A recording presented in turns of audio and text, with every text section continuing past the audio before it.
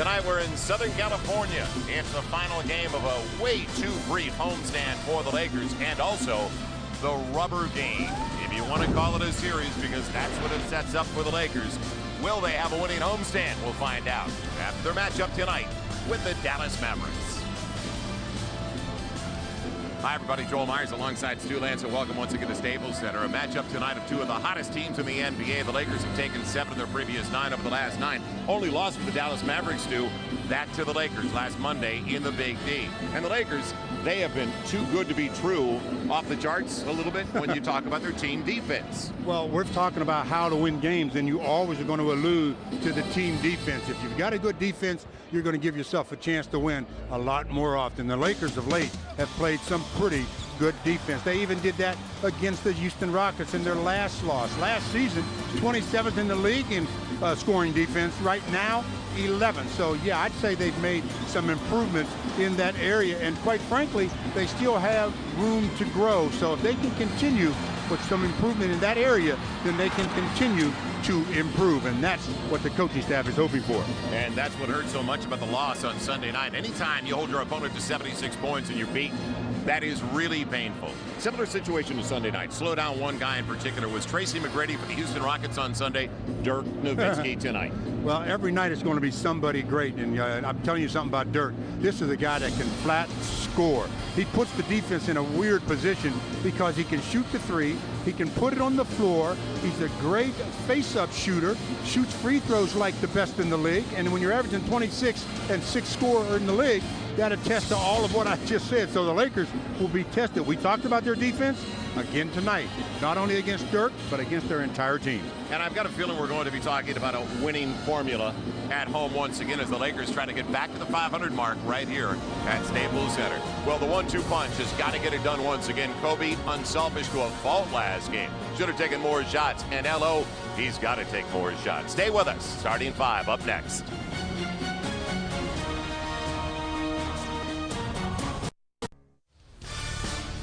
Laker basketball on FSN West is brought to you by Gatorade Thirst Quencher. It's in the NBA. Is it in you? By the official airlines of the NBA, Southwest Airlines, a symbol of freedom. By Carl's Jr. Try the new Portobello Mushroom $6 burger, only at Carl's Jr. And by SBC, now joined with AT&T. Welcome back once again to Staples Center. Joel Myers along with Stu Lance, and later they are going to be honoring Rick Fox, something we'll be talking about between the first and second quarters. They're going to give Rick a jersey. It's going to be framed. Good to see Foxy back in the building. Starting 5 for Avery Johnson's Dallas Mavericks. Nowitzki, Howard, Dampier in the middle with Adrian Griffin, who was unemployed just a little more than a month ago, and Jason Terry in the backcourt. Former Atlanta Hawk and Arizona Wildcat. And a little general. One of the unique guys. You don't play defense, you're not going to play for him. And while we talk about the Lakers defense, well, that's where the Mavericks have stepped up their game as well. And the 5s and 4 of the Lakers, same we've seen over the last few. Lamar and Bryant down low, along with Chris Mihm in the middle, and Kobe and Smushy in the backcourt. And Phil has said after the game the other night, he said Lamar just looked hesitant. That was the word he used. So let's see if we can get still an early beginning for Lamar Odom. It's needed. Well, obviously it's needed from Lamar, but I think it's needed after, especially the way the Lakers lost their last game. It's needed by everybody. They need to get out of the gate in a hurry tonight. Lamar working against Griffin. Smush, quick catch and shoot. Man, long rebound for Kobe. Lakers lead early. Long shot, long rebound, and Kobe tracked it down and makes his first attempt. Yeah, the Lakers facing a team that can put it together offensively. It was 109-106 Lakers. Kobe was amazing that night with 43 points. On the pick and roll, Dampier got it late.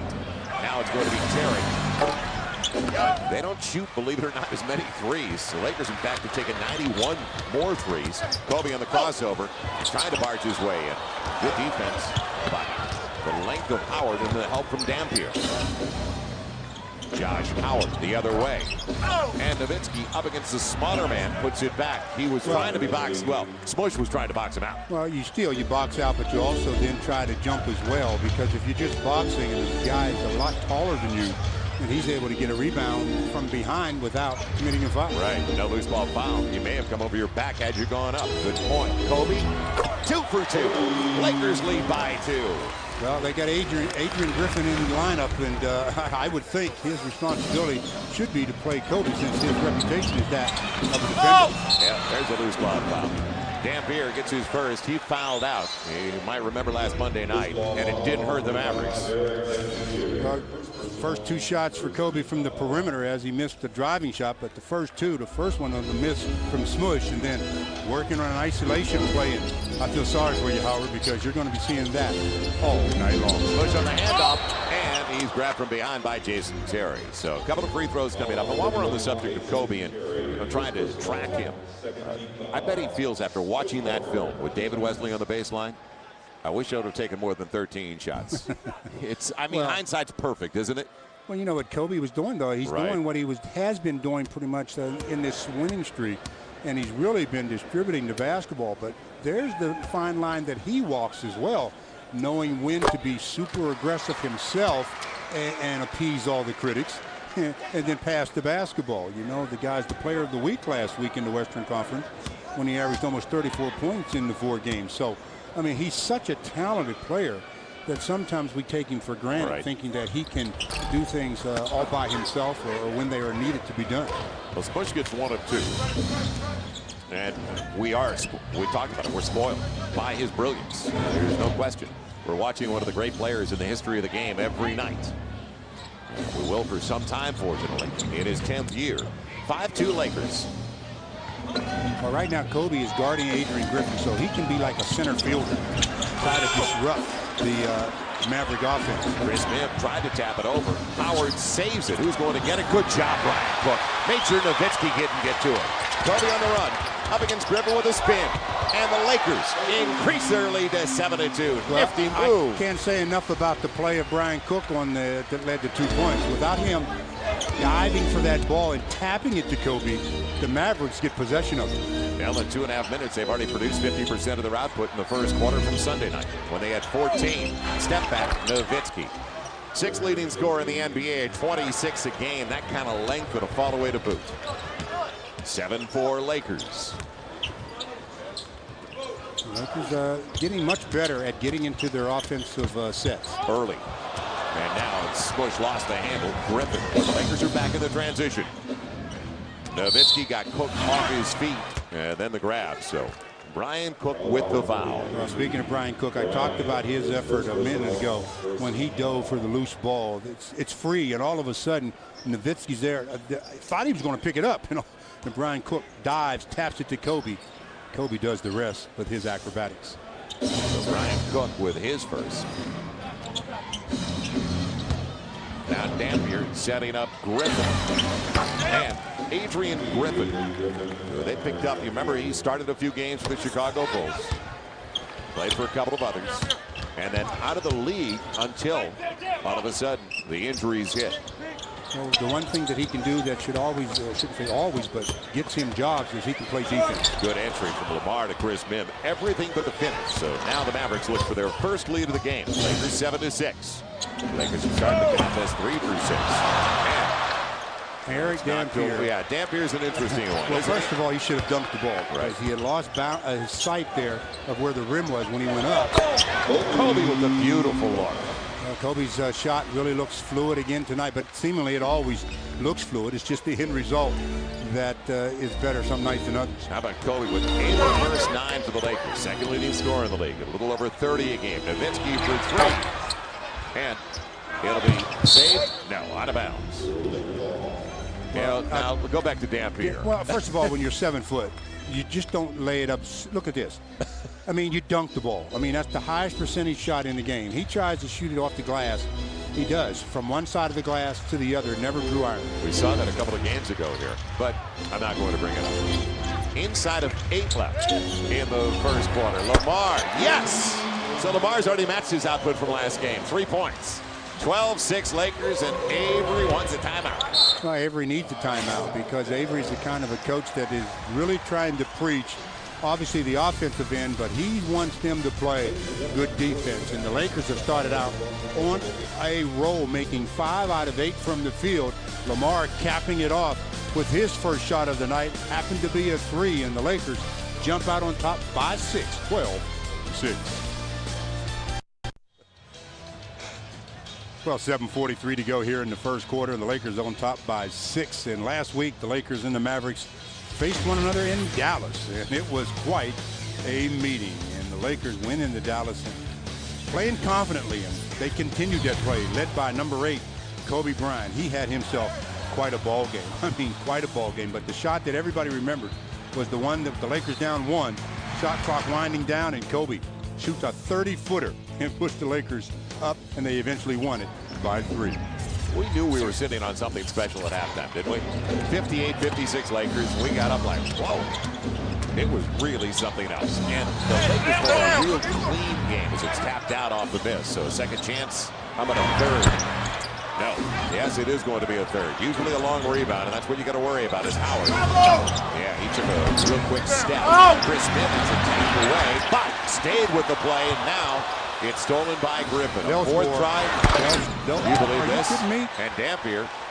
You give a team 3 times and tries, and you normally pay the price. Well, you better increase your lead off of it because they're 3 for 13. And Bryant Cook does exactly that. 14-6. Lakers by 8 after that sequence. Do you believe it? Well, that's what happens. And you get 4 chances and you don't score. Rest assured the opposition is going to score on their attempt. Well, on the pick and roll.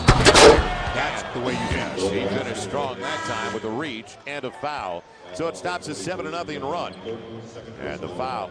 Nice job by Jason Terry coming off the high screen. And all of a sudden, off the dribble, to bounce pass. And I guess he decided, well, I missed the last one because I tried to get cute. I'm not going to be cute on this one. I'm going to hammer it. Gets a 3-point opportunity. Second year of a max 6-year deal. Okay. 6:43 to play in the first quarter. That was a sign and trade to get him. As you remember, Nahara and a couple of others went the other way to Golden State, and Nahara ended up in Denver late last year. Lakers up by 5.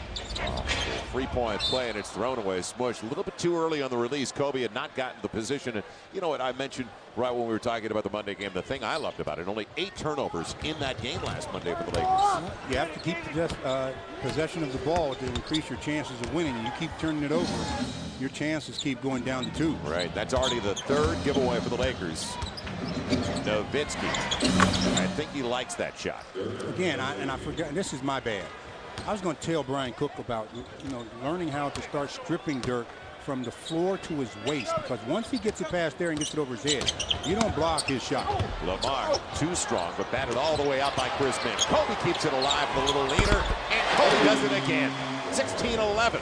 How hot is Kobe? Wow. He's got 10, and he's 4 of 5, making 5 of 6 now, Stu. That was just another hustle play by Kobe. 2 Mavericks had a chance at the ball, but Kobe's speed and desire just got him the ball before they got there. Dallas Mavericks also a very good rebounding team. As Marquise Daniels in for the first time, and he lost it. Chris Mim came over to help out Lamar Odom on the run and smush. Trying to lose Griffin, and Griffin grabs him. That'll be a couple of free throws for Parker. Good job of getting from offense to defense, getting out in the transition. I keep talking about Kobe's efforts in the way he beats players to the ball, because he plays this game with such an amount of passion and energy that he's always going to be one of the first to the loose balls. And tonight, he's really got his jumper working, even the little floating jump shot. Right. 5 out of 6, 10 of the Lakers' 16 points. And he's got 4 of the first 7 boards. Smush still at about 39% from three-point land, even though three-pointer was not there for the Lakers, but they stuck with it way too much in the last game against the Houston Rockets. And the Lakers have not, they've gotten away from the three-point play. They've been moving the ball, getting better looks as Devin George comes in. Bryant Cook will sit down.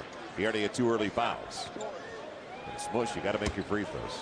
You're a guard, you better make a good 80%. And also come in for the Mavericks is Sagana Diop. So it's going to be interesting to see if he can continue his fine play. They're very, very happy with him as Smush goes 0 for 2 from the charity strike. Wasted opportunity for the Lakers after the setup for Smush. 16-11. Now the Lakers 1 of 4. Smush rather 1 of 4 at the strike. Now Josh Howard mismatch. The fall away over Chris Mim. Josh Howard keeps the ball nice and high over his head as well. And he did a good job of getting separation from Chris Mim. Otherwise, Chris might have been able to affect that shot. Dallas Mavericks coming into the game 9th in the league in scoring, 2nd in the league in field goal percentage. So they come off Chris Mim. And is Kobe. Got to make a decision. It was knocked away, so Chris had it ripped away, and it should be Nowitzki. Let's see if they actually called it on him. Yes. So he gets his first. Man, the Mavericks out of fouls the rest of the quarter. 4:51 to play in the first 12 minutes, and that is their 4th team foul. Chris on his way up will shoot 2. Well, let's see what they can do about converting now. You know, the Lakers, as hot as they may be from the field, thanks to Kobe, they're equally as cold from the charity stripe. 1 out of 4. Chris to shoot 2. Okay. Making 1 out of 5. When you're shooting 20% from the gift, and that's what that is, that's an absolute gift. You're not going to win many games. The Lakers 17th in the league percentage-wise at the stripe, facing a 75% shooting team. The Dallas Mavericks are 11th best. And Chris Mihm gets 1 of 2. So the Lakers up by 4, 17-13. They have already exceeded their output from the first quarter of last game, but you knew that was going to happen. The level of competition is up, and your play is going to be up, and that's the case tonight. They wanted to go over the top of Kobe fronting Howard, and you believe it, Kobe's going to get a foul even though he was in front of Josh Howard. Kobe was trying to front him there, and that's what happened. Then when he tried to get back around, Josh Howard did a pretty good job of locking him up and then almost pulling him down. That's a good job by Josh. Front, he keeps trying to get around, then a little bit off balance play there, and they both go to the floor. He was smart, though. You see the way he locked Kobe's arm? He sold it. Now, almost tapped away, and it stays in bounds off Orlando's pool, one of the 3 officials. He's working with Leroy Richardson. The lead. Nowitzki tries one of those long rainbows. Here's Steve Jabbing. You talk about a difficult shot to get to, and that's Dirk Nowitzki. He's 7 foot. He falls away with it and keeps it high over his head. Chris Mihm wanted the entry. It was going to be a difficult one, and now Kobe hit on his way in. Reverses it anyway, even with the contact early. They saw that shot in Dallas, and they're seeing it again here at Staples Center. So Kobe working his magic along the baseline. Kobe 6 of 7. He's got 12 of the first 19 for the Lakers. Now too close. Nowitzki again on the step back. So Nowitzki trying to keep up with him. He's got 8. The Lakers by 4, 19-15. The Lakers getting 2/3 of their shots. That's the problem with the Mavericks at only 39%. Chris Mihm, great position, and with the left hand doesn't get the finger roll. Well, I don't know if Chris will tried to use the glass or just wanted to shoot it straight in that time. As it turns out, he missed it. That's a play there where see, breakdown defensively coming back. Stay with nobody talked. Nowitzki. Nobody talked. When you got early offense, you really have to do a lot of communicating because sometimes you have cross matches where the guy you're guarding isn't guarding you, so it's hard to get to him. So Lakers didn't communicate, and Phil Jackson not very happy. He's called the timeout still. 3 minutes and 11 to go here in the first quarter, and Kobe trying to keep the Lakers on top, showing them all of the arsenal. That's just beautiful basketball. That's athleticism. I don't think you teach that particular move. You either have it or you don't. And guess what? Kobe, you got it.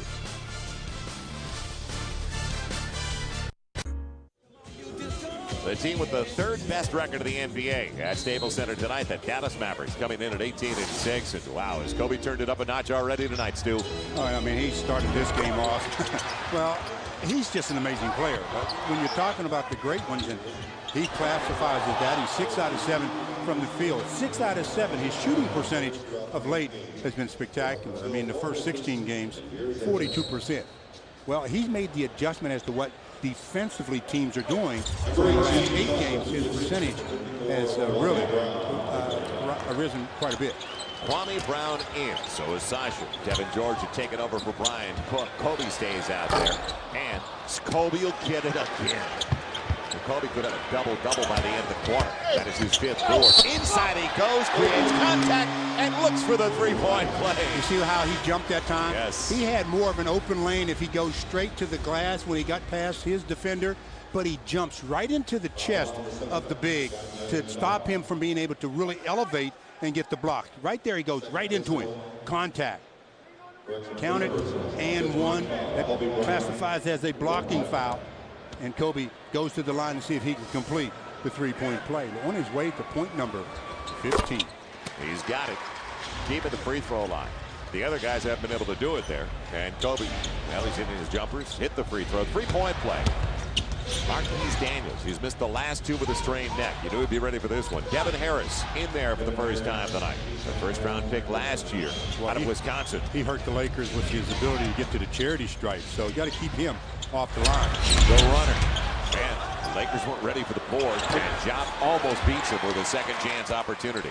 Nice recognition by Job. I don't know if his teammates were yelling at him from the bench, but there were only 3 seconds when he shot it. Devin. He had a clean look. But the Lakers, as I mentioned, they didn't do anything from the three-point line. And Sasha's got the foul from behind. Smart play by Devin Harris that time. What he did was Sasha on his left side, and Sasha's trying to run back and try to get in front of him, but Harris kept keeping the angle away from him by keeping the body going on him, and that kept contact, and finally the whistle. 22-17. Lakers by 5, and I hope they don't fall in love with 3. Sasha, Devin, last game, you remember they were combined 2 for 10. Hit the ball inside, create contact. They almost took it away. Marquise Daniels found his clone, Josh Howard, on the jump stop. Almost been an incredible play. And last touch, well, it's saved. I thought it was headed out of bounds off Lamar. That's a break. Well, it was definitely headed out of bounds off of Lamar, but real estate was in the Lakers' favor, and Devin George was able to track it down. Final 2 minutes, Devin. A deuce. That's good. The Lakers lead by 7. So Devin got a little closer. 95 seconds. And Sasha's got another foul, even though he thought he had the position. He tries to sell it, but he's going to go to the bench with his second, I believe. Now that brings Luke Walton off the bench in a hurry, but I don't know if that was for Sasha or it was coming in for somebody else. But with the free throw opportunity here, it'll give Phil Jackson a chance to assess if he wasn't sending him in for Sasha, maybe he better. Now he's coming in for Lamar. Right, yeah. So he'll take over for Lamar, the small forward spot. And now a real small lineup. And Van Horn, all of a sudden, he looks like the Jolly Green Giant in that uniform with the lineup on the floor. Sagana, Job, and Kwame, the true big guys on the floor. We talked, or at least I did, talked about Devin Harris hurting the Lakers from the charity stripe in that last game. And already he gets to the line for 2, misses one of the 2, but you got to keep him off the line. Yeah, it's interesting the kind of calls that we talked about that he got to the line with last game. Devin with the shot clock coming down, got to make a decision. And now it's Kwame. And boy, Devin, with 5-4 left on the shot clock, you're going to a guy who's got his back to the clock anyway. That was one of those possessions where the Lakers wasted a lot of time trying to get into their set, actually trying to get it to Kobe to start with, and they couldn't. Now you talked about Devin Harris. How about 10 of 10 to the line last game on that throw? He blows a good look. Yeah, he took it away, but it's going to be a reach. Devin Harris, and a couple of free throws coming up for Devin George.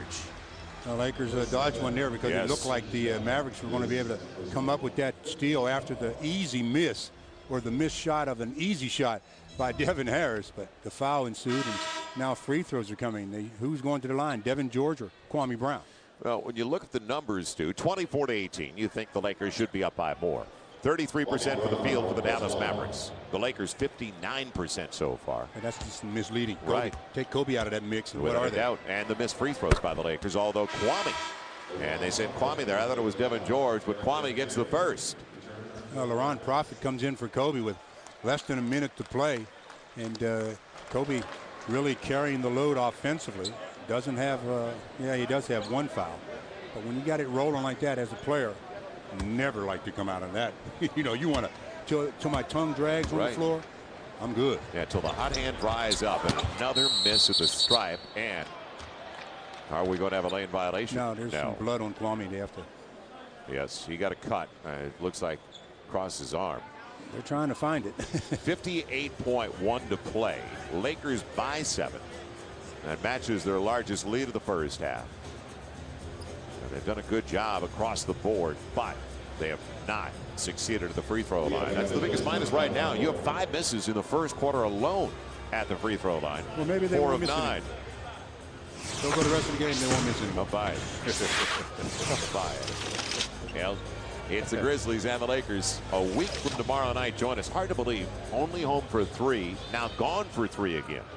Now, it'll bode well if the Lakers can get a winning formula at home, because there's going to be a ton of home games down the stretch for the Lakers. The schedule is much better after the All-Star break for the Lakers when it comes to home and road. Kobe, the hot hand. Now Lamar and Kobe, don't forget, in the final minute of play, are going to be on the bench. So they tend to Kwame, and we are ready to go. Well, let's see what the last 58 of the first quarter will do with the Lakers' number 1 and number 2 punch sitting it out. But this unit, they've had some opportunities to play well during this streak of 8 to 9 games, and they've played pretty well. Laron Prophet up against Daniels on the follow-away, making Howard, and Sasha's got it on the opposite side. Way too long. You see how Laron Prophet challenged that shot, and that ended up being almost a brick by Howard. Barely got across the rim. Now Kwame at the post. Will they repost it? No. Nice pick. Laron Prophet right on line. Too strong. So good look for Laron. And for the high screen. And when you run your offense and you miss a shot within the offense, coaches can't say a word. Obviously, they would like you to make the shot, but they know you're not missing shots on purpose. So as long as you get shots in the offense, when you start forcing shots and missing, all of a sudden now they got a different score. Van Horn.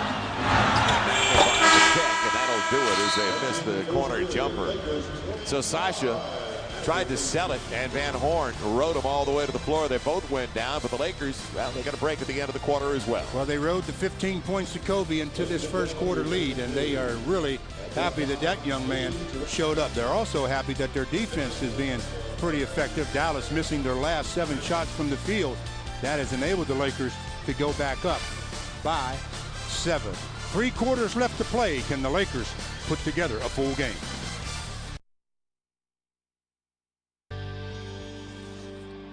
Ladies and gentlemen, he played 7 years with the Lakers, a member of 3 World Championship teams.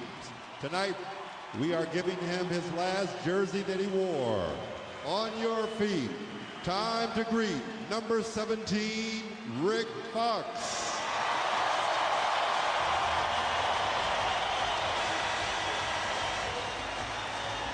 This was the scene while we were away, and everybody on their feet at Staples Center.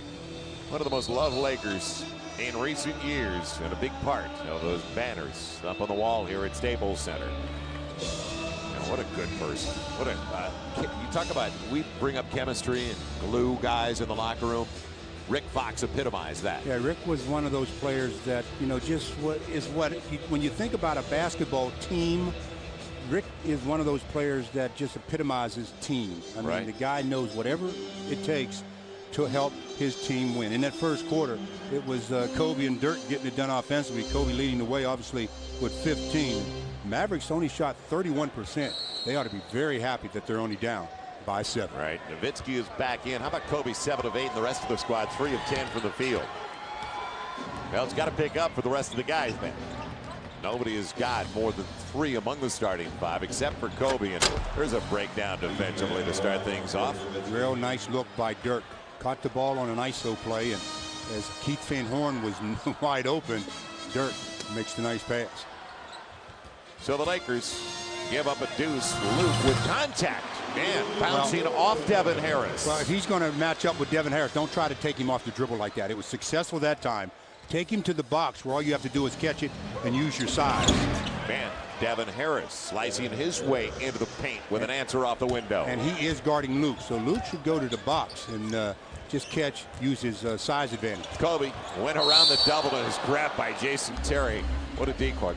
Before Kwame could even come out to set, he was gone. Well, and that's what we call the explosion step, because when a defensive player knows that somebody's coming to set a screen, they start hedging toward the screen, wanting to get over it.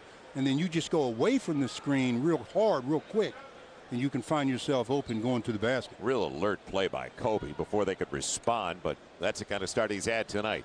So the Lakers send the right guy to the line. Not even a minute gone by in the second quarter as the Lakers try to win the homestand. And now on Lakers Live Wired tonight, the man we were just talking about, who was honored between the first and second quarters, given his jersey, Rick Fox courtside. Rick, you want to put that jersey back on? It's very tempting right now, but we got a lead, so I'm quite all right over here. I tell you, Rick, you look as good, if not better, than you did when you retired. How you doing it?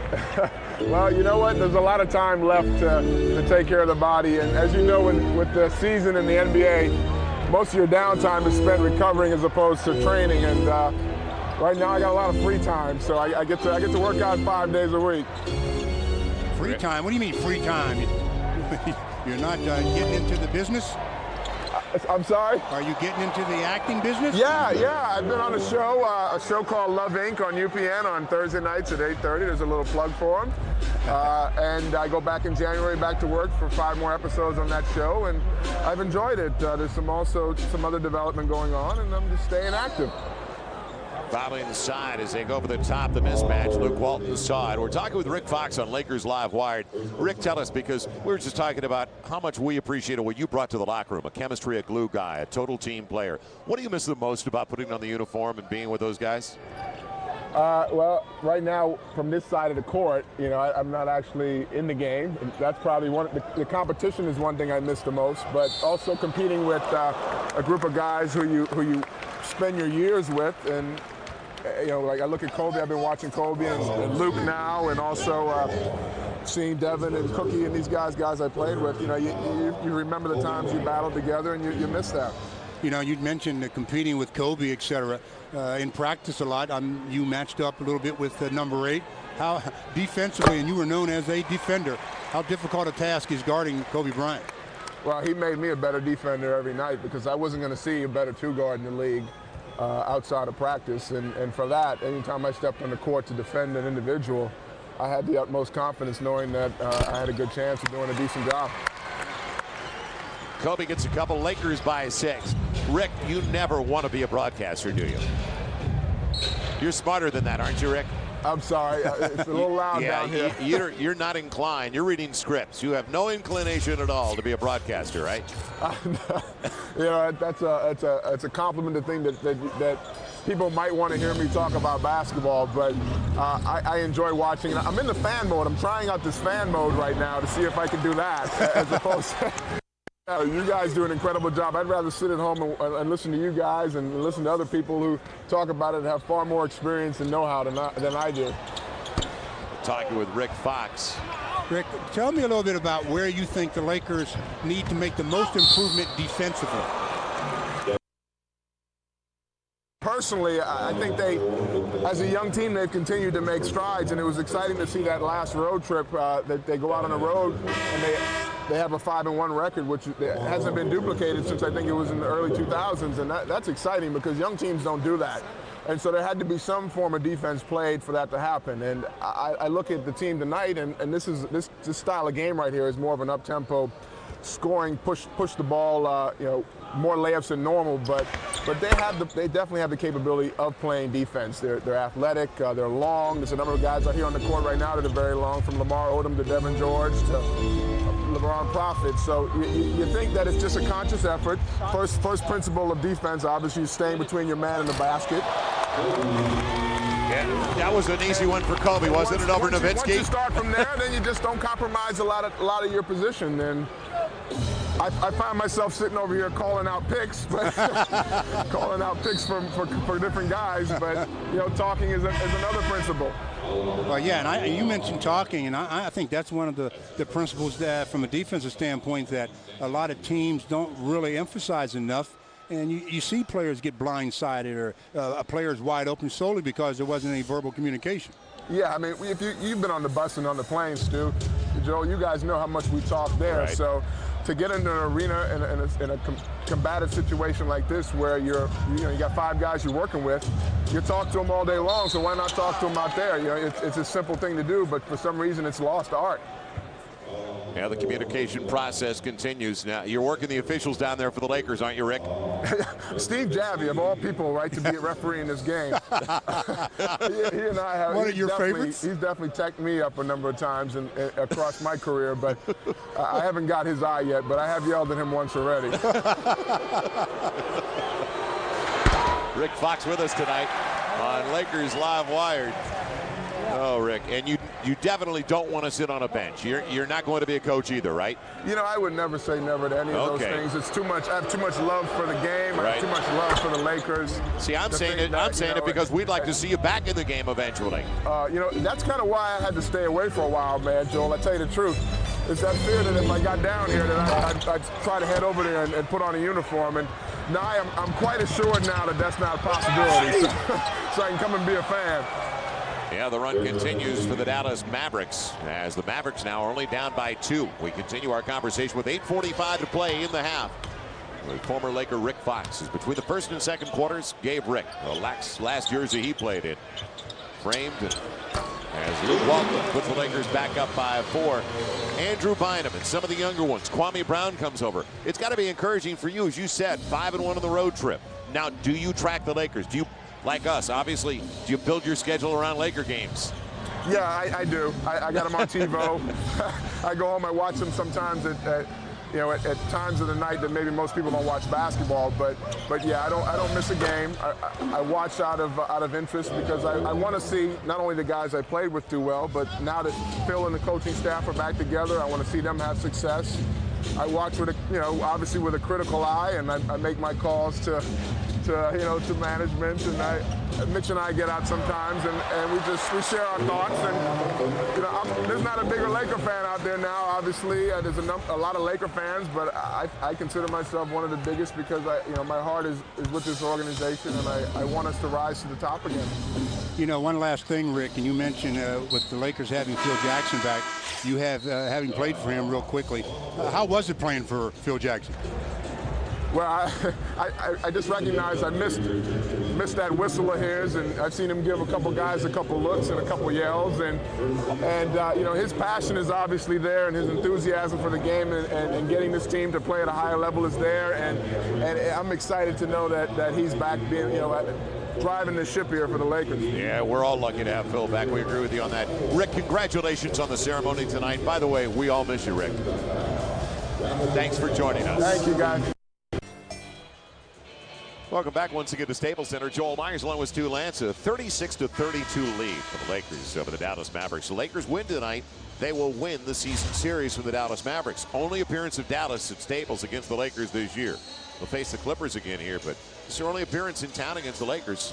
And we saw it against Minnesota, only 3 games against the T-Wolves last year. Well, it's only 3 against the Dallas Mavericks this season. And the Lakers have owned this team at home. 45-9 all time. And for those that don't know the deal, next year they'll play this team 4 times, and somebody else they'll only face 3. In the last 7 games against the Lakers, the Mavs are 4-3. The previous 66 games, we're stretching this all the way back, 8-58. Wow. But the Lakers have some pretty good records against most teams. Without a doubt. Deflection. Smush got his hand on the ball. Kobe on the run. Good distance, and he's grabbed. And now the tumble, unfortunately, but fortunately for Kobe, he had a cushion. Yeah, the guy that fouled him. They actually tried to hold Kobe up. Right. And that was Devin Harris. And you talked about the Lakers getting going, and it's going on the defensive end. Out of bounds play, tapped by Smush, and the Lakers in transition. Kobe gets fouled, and then falling down, it's Devin Harris on the bottom of the pile. And Kobe, as you mentioned, had a little bit of cushion. He's looking for point number 21 here.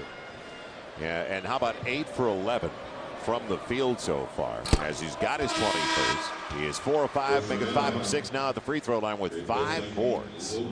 Luke Walton will sit down, but what a good job he did while he was in there, finding his teammates. Short minutes, already 2 early assists for Luke Walton. Well, that's Luke doing what Luke does, and he also has made his only 2 field goal attempts, so 4 points and 2 assists for Luke in only about 6-7 minutes. Kobe barely moved the twine that time. 38-32. Largest lead for the Lakers so far in this game has been 8. We want to thank Rick Fox, one of our all-time favorites, for joining us earlier tonight on Lakers Live. Oh, what goodness. A jam by Devin Harris down the middle of the lane. You let Small come down the lane, and he just posterized a few people. That's a nice play, Mr. Harris. Bush Parker probing. Nothing available inside. Harris used it up at the opposite end, obviously. Kobe wanted to jump it in when Nowitzki came over with a double. All of a sudden, the mindset changed. I want to see Devin Harris. Howard fouled by George. Will go to the line to shoot 2. Boy, a lot of pressure at midcourt, and Devin Harris just explodes and then takes off from the dotted line and says, "Take this." That is nice. Whew. Did you like that a little? Oh, yeah, that is very nice. They've got 6 in double figures in Devin Harris in his second season. Their first-round pick out of Wisconsin last year. Has hit 12 a game. Van Horn 11. How about 6? Boy, talk about balance. Marquise Daniels 13, 15 for Howard. And then it's Nowitzki way up there, 26 with 17 so far a game for Jason Terry. So the Lakers by 4. Howard gets another after missing the first. 1 of 2 at the stripe. Inside of 7 left in the first half. You know it was going to be a high-scoring game. We had 58-56 at the half of the game Monday night in Dallas. Lakers led by 2. Lakers still at 58%, up to 42% though for the Mavericks. And Kobe had Marquise Daniels coming over his back. You know, when you have a player that is trailing you on a play like that, you know he's trailing you. If you just stop, he has to run up your back. He gets the foul in that manner. Kobe did a good job of just sealing him, made him try to come over the right shoulder, picked up the contact, and Kobe back to the stripe where he's 6 out of 7. You remember when Cliff Robinson, when he was 6th man of the year with the Portland Trailblazers, would change the color of his headband all the time? Yeah. So you could pick him out easily? And Yeah. There weren't clones on the floor for him. I mean, from where we are upstairs at Staples, Daniels, Howard, twin sons from different mothers. Are you saying they should be changing their headbands or something? Well, or just wrap it differently. With wide receivers, you can look at the tape on their wrists, their fingers, and you can pick up all little things in the NFL. These guys look a lot alike. Oh, that's Smush with another steal. Kobe can definitely. Yes, Smush, the finger roll. Well, see, Smush wanted to do what Devin Harris did, but I think Smush took off a little too soon and ran out of airtime. On his way down too close to the rim. The Lakers more points off a mistake. The Lakers back up by 7. Boy, Smush has been in the middle of a couple of takeaways. What a stroke over Lamar, who's not exactly short either with his length, and especially when he extends the arms. 42-37. Nowitzki with 15 on 7 of 11. And that's after a slow start. Kobe, boy, knocked around first by Daniels. Finally, he's got a double. He'll have to go. And can he get it back? No, out of bounds. And I said he had to go because Chris Mihm had already set up in the paint for a while. Well, 5:43 to go. The Lakers still holding on to a lead. It's a 5-point lead. Joe Jackson trying to figure out how they can make it even more. Laker basketball on FSN West is brought to you by the official airlines of the NBA, Southwest Airlines, a symbol of freedom. And by Pepsi, it's the Cola. Free the entire road. Welcome back once again to Southern California. Joel Myers along with Stu Lance. 5:43 to play in a very entertaining first half between two of the highest scoring teams in the league, the Mavericks and the Lakers. And tomorrow, good matchup. Pac-10 basketball. It'll be the Pac-10 in the ACC. It's the number 7 team in the nation. North Carolina on the road taking on USC. So a rare non-conference showdown here in LA with the Tar Heels in town. Recruiting purposes, I guarantee you. Coverage all starts at 7:30 right here on FSN West. Subtle look. Kevin James courtside tonight. Looks too stressed out, doesn't he? Oh, he's a character. What a great look. Yeah, the Lakers doing a good job to stay in front because the Mavericks have been unbelievably hot in the second quarter, hitting 8 of their first 11 tries. Still a ton of time left in the half. But these two can put it in. Here comes the double. And Marquise Daniels just saw it coming. Jason Terry back into the game. Ooh. Extra step? No, not much. Griffin setting up Daniels. Taken away by Devin George. See what Devin did?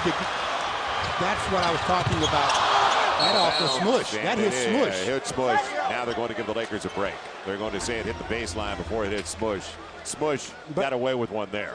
I was talking about how against Bryant Cook against Dirk Nowitzki, stripping him from the waist, from the floor to his waist. That's what Devin George did to start the Lakers in transition. Against certain players, you can do that because I think Dirk is a guy that will definitely show you the basketball. Call the moving pick on Chris Mihm. As we saw, though, in the replay, the Lakers got a break anyway. It was last touched. It was bounced inbounds and then went off smush way out of bounds. So it goes back to Dallas. 5:20 left in the half, 42-37. And then the illegal screen by Chris Mihm, and we're right back where we were at the timeout. Let's see if Devin George can get another strip. Daniels getting it finally with the lead guard, Jason Terry. Terry's way up average-wise after coming over early last season. Pivot and barely drawing iron. That's a rarity for Dirk Nowitzki. That's a patented move of his on that spin and then drop step. He falls away for a big guy. How about the footwork? Now Kobe, deep three. Got it! Lakers lead by 8. That young man is for on Kobe. A roll, boy. He caught that one. I mean, he didn't even hesitate. The second defender had no chance to get to him. Smush held off by Jason Terry. That's a veteran move. And Smush coming over to Steve Javie saying, he's holding my arm. Look, Adrian Griffin out there on that island, and Kobe says, you better bail out, because if they leave you here by yourself, you're going to be in deep trouble. And Kobe's already been at the free throw line a lot tonight. 8 of 9 so far, as Terry will shoot 2. But Stu and I have talked about it a couple of times. He could be there even more tonight. The way he has been inside and drawn contact as Terry gets the first of 2. Former Arizona Wildcat. And he had some shots, some interesting ones when he was a member of the Atlanta Hawks. They asked him to score a lot there. Won a championship with the Wildcats. That program continues to be one of the best in college basketball. 1 of 2, and Devin George made sure it did not get back to the shooter. Good play. No, it's just fundamental basketball. Right. You box the shooter out, and you get the long rebound yourself. Kobe, early entry, off the window. Got it again. You know things are going well. Off the window twice. You got the Lakers with the biggest lead of the game. He's got 29 of the first 47 for the Lakers. 29 with 4 minutes to play in the half. One of those nights. For him. Isolation. Nowitzki wants to go down against Lamar. Tries to bat it away from Dampier, and it stayed in bounds. I thought it was going to crawl over the glass. Kobe coming away with it after Chris Mihm did a lot of work. Another, almost. Had to wait. That was definitely a heat check there. I mean, because in transition, he just said, hey, I'm hot, and I'm going to take it. Dampier's heading to the line. They're going to call Mihm on the hold. Chris saying, good. Give me that foul every trip down 2. Second on Chris. As the Lakers and Mavericks as well. Both teams out of fouls. Kwame Brown's going to be coming in before Chris can get a third. Keith Van Horn coming back in for the Mavericks as well, so giving Dirk a much-needed rest. So this is the stage now where defensively, obviously, Keith Van Horn is not Dirk Nowitzki.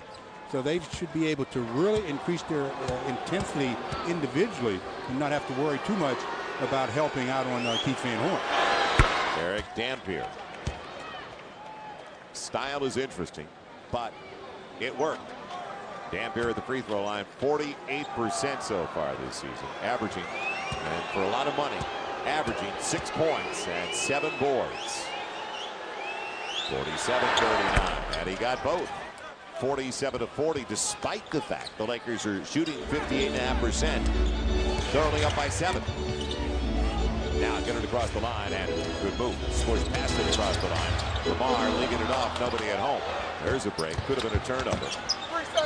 Lamar hit a 3, instead Smush for 3, and it'll go out of bounds. Lamar hit that early 3. He's only 1 for 2 with a couple of boards in 16 minutes of play. So again, we talked about Lamar taking a few more than 5 shots like the last game. Well, and again, one of the things that Lamar and all the players have to learn to do, and that is when Kobe has a hot hand going, they still have to get themselves involved a little bit.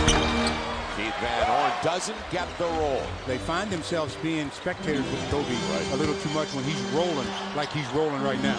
Now Lamar. They wanted him to bounce it inside. He's go deeper into the hole. And off the deflection, Kobe will get it.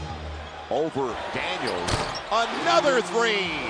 Kobe puts the Lakers up by 10, 50-40 at 32 points and counting for Kobe. Oh, my goodness. What a show. Well, yeah, I know it's early yet to start talking about it, but his career high is 56, so. First half, maybe. Plenty of time. 2:37 to play in the half. Well, hit the hot hand, please. Kobe. Everybody wants it. The crowd wants him to shoot it. Off the dribble.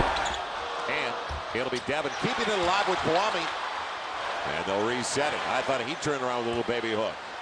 2:20 left and a second chance opportunity for the Lakers.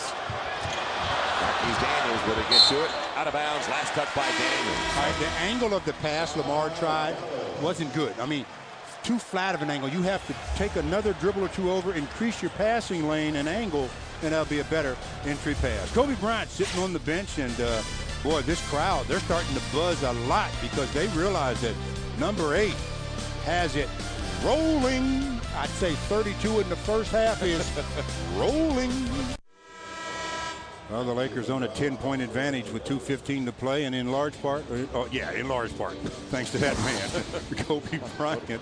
I mean, he has got it rolling. Boy, 32 points here in the first half, and he's hit an array of different-looking shots. Double kisses off the glass, three-pointers has been especially for him in this first half, as he's knocked down 2 out of 3 from that distance. Yeah, I know you got it rolling. 42 is the record for a half, and yeah, Kobe, you got that too. He did that against the Wizards back when Michael Jordan made his last appearance at Staples Center. That's the night I thought he was going to go for about 80. But his season high is 46. His career high 56. He did it a couple of times. One of the nights against the Wizards in that game, and also against the Memphis Grizzlies. Well, he's got 12 of the last 14 for the Lakers. Lamar, good look inside. It was contested, but I like the aggression, the initiative from Lamar right out of the timeout on the spin in front. But here's what worries me about Kobe's domination of the offense in the first half. Kobe has taken, as the Lakers fumble a rebound away, right. Kobe has taken 17 shots. The next most is 3.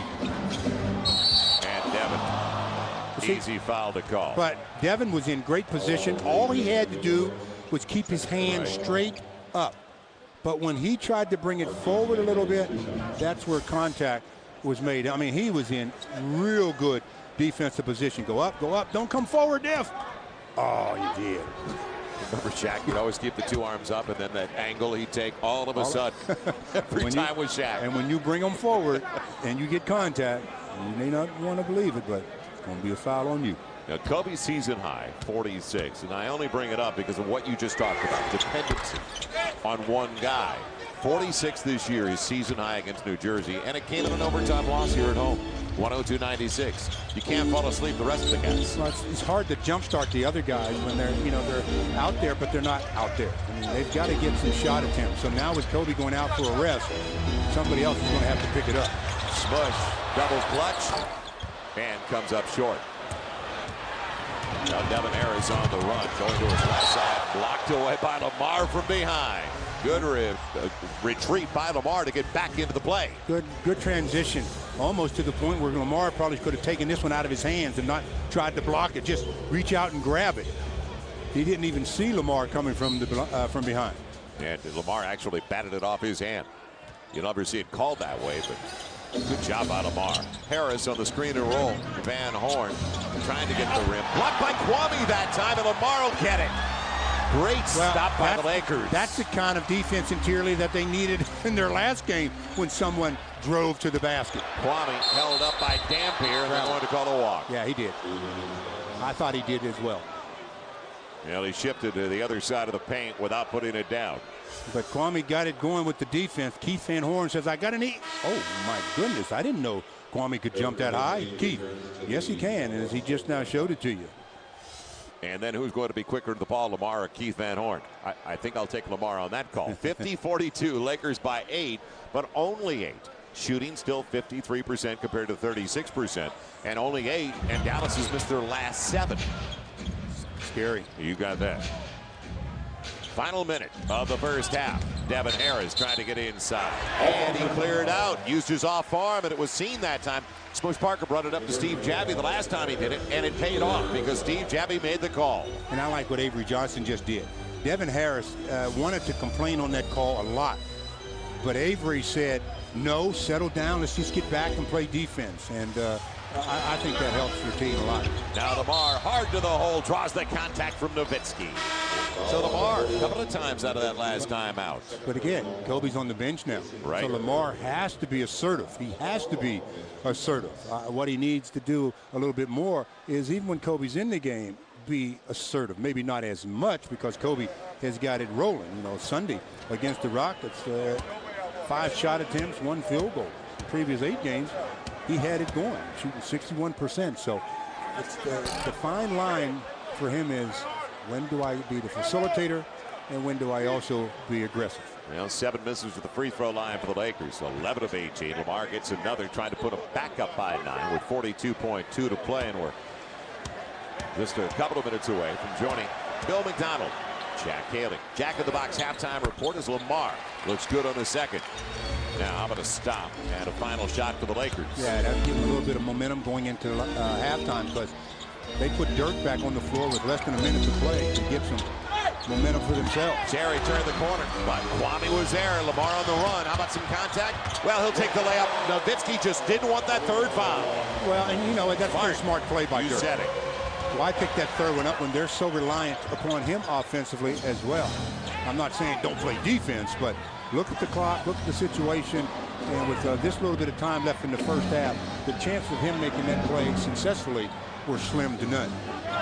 Shot clock, game clock separated by right about 2 seconds. Kwame coming over. They'll dump it inside. Dampier fouled by Lamar. Would have counted had it gone. And now it would go to the free throw line as Lamar picks up his first foul. Well, that play, that was a gamble by Kwame that obviously didn't pay off. You cannot double team from the box. He tried to double team from the box, and that left his man right up under the cup. And Dirk found him. As Kobe getting ready to check in for the final shot, I would say. 6 seconds. Yeah, that's a pretty good gamble. You know, he had that towel around his shoulders. Looked like James Brown in the wings off stage, and he threw that towel up, and he was back out there. So here comes Kobe for the final 6.3. Let's see if Avery makes an adjustment here. But they took out Kwame and Devin, bring in 2 smalls. Daniels is going to come in for Van Horn. The chess game continues between the coaches. The Lakers by 10. Dampier, believe it or not, 4 for at the free throw line. Well, you said he was an excellent free throw shooter. Beauty. Well, he's just proving you right again. Look at that. Yes. Well, that shooter's touch every time. Absolutely, man. When you can shoot the ball that effectively, you're supposed to get those. Here comes Kobe with the final shot of the half for the Lakers. You think they'll double team him? I was waiting for that. The 3 from Kobe, just barely off.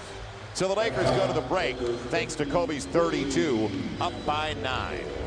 Kobe having a chat with the official. He wanted to know. He thought he got fouled on that 3-point attempt. Believe it or not, and Kobe says, well, even though I got fouled, they're not going to give me that call.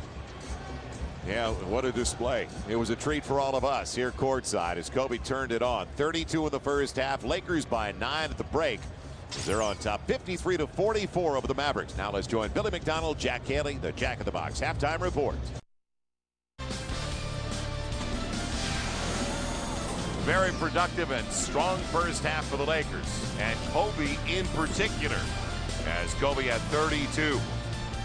Very efficient, 32, and a high percentage as Kobe led the Lakers to a 9-point lead at the break. And welcome back once again, Joel Myers along with Stu Lance. Well, the Lakers leading the Dallas Mavericks, looking for their second win over the Mavericks over the last 10 days. And Stu, it's interesting because you brought it up. Kobe has been phenomenal, but they can't fall asleep. The rest of the guys got to come through, and I bring it up because of the loss to New Jersey when he had 46, and they were waiting for him to do something special. And that's the case. I mean, sometimes even his teammates get amazed at what he can do, so they stand around and they show their ticket stubs, and they don't have those, so it becomes a situation where they can't watch. They've got to continue to play. Kobe's carrying the load right now, but what happens when the defense makes the adjustment and starts taking the ball out of his hands as much as possible? Are we now in a rhythm as the other players that we can pick it up offensively? I mean, he is just absolutely putting on a show offensively with the 32 on 18 field goal attempts. That is efficient. It's really nice to watch as a spectator. The fans here are really enjoying it. I'm enjoying watching number 8 do his thing, but there's another half, and we're going to have to wait and see if the Laker defense can continue to do what they did in the first half, and that's hold the Mavericks to 36% shooting from the field. Keep them off the free throw line a little bit, cut down on the offensive rebounds, and the Lakers should be able to get themselves a victory. So the Lakers, as Stu mentioned, are better than 50%. And during this stretch, holding another opponent below 40%. Yeah. The Lakers did a great job in the first half Sunday night in dominating an opponent defensively. Let's see if it'll carry over, because they gave up way too many points in the third quarter as they only came up with 15. Don't forget they had only 14 in the first quarter on Sunday night. So fresh on our minds what occurred against the Houston Rockets when the Lakers did a great job defensively in that game. You allow an opponent only 76 points on your home floor, you'd better win about 99.9% of the time. And the Lakers lost that one. 53-44. Start of the second half. Will it continue for the Lakers with the stops? How about a takeaway to start it off? Smush up against Dampier and grab from behind. He'll go to the line to shoot 2. What a way to come out of the locker room. You said it. I mean, seriously.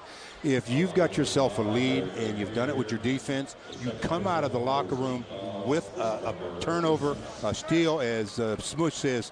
Thank you very much, Eric. That's the way you keep your eyes open for someone blindsiding you. And then free throws coming to Smush, who missed 3 free throws in the first half. But he's got a start here in the second half that can help the Lakers really get going. Kobe dominated the Lakers free throw proceedings of the first half, and with good reason now that Smush had missed another. He's 1 for 5. You know, he's a guy that's hit at a very, surprised us all, hitting almost 40% of his 3-pointers. And coming into the game, you know, at the free throw line, not awful. 70%. He gets 1 of 2. Well, that 70% will take a major hit tonight. Yeah, 54-44. So the Lakers back up by 10.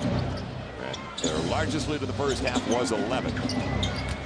Nowitzki beyond the arc, hit by Cook. And that's before the shot, as he just threw it up there trying to draw the call. There's the help and recover. Cook was trying to help on the high screen and then recover back to Dirk. And Dirk is he's such a threat to shoot.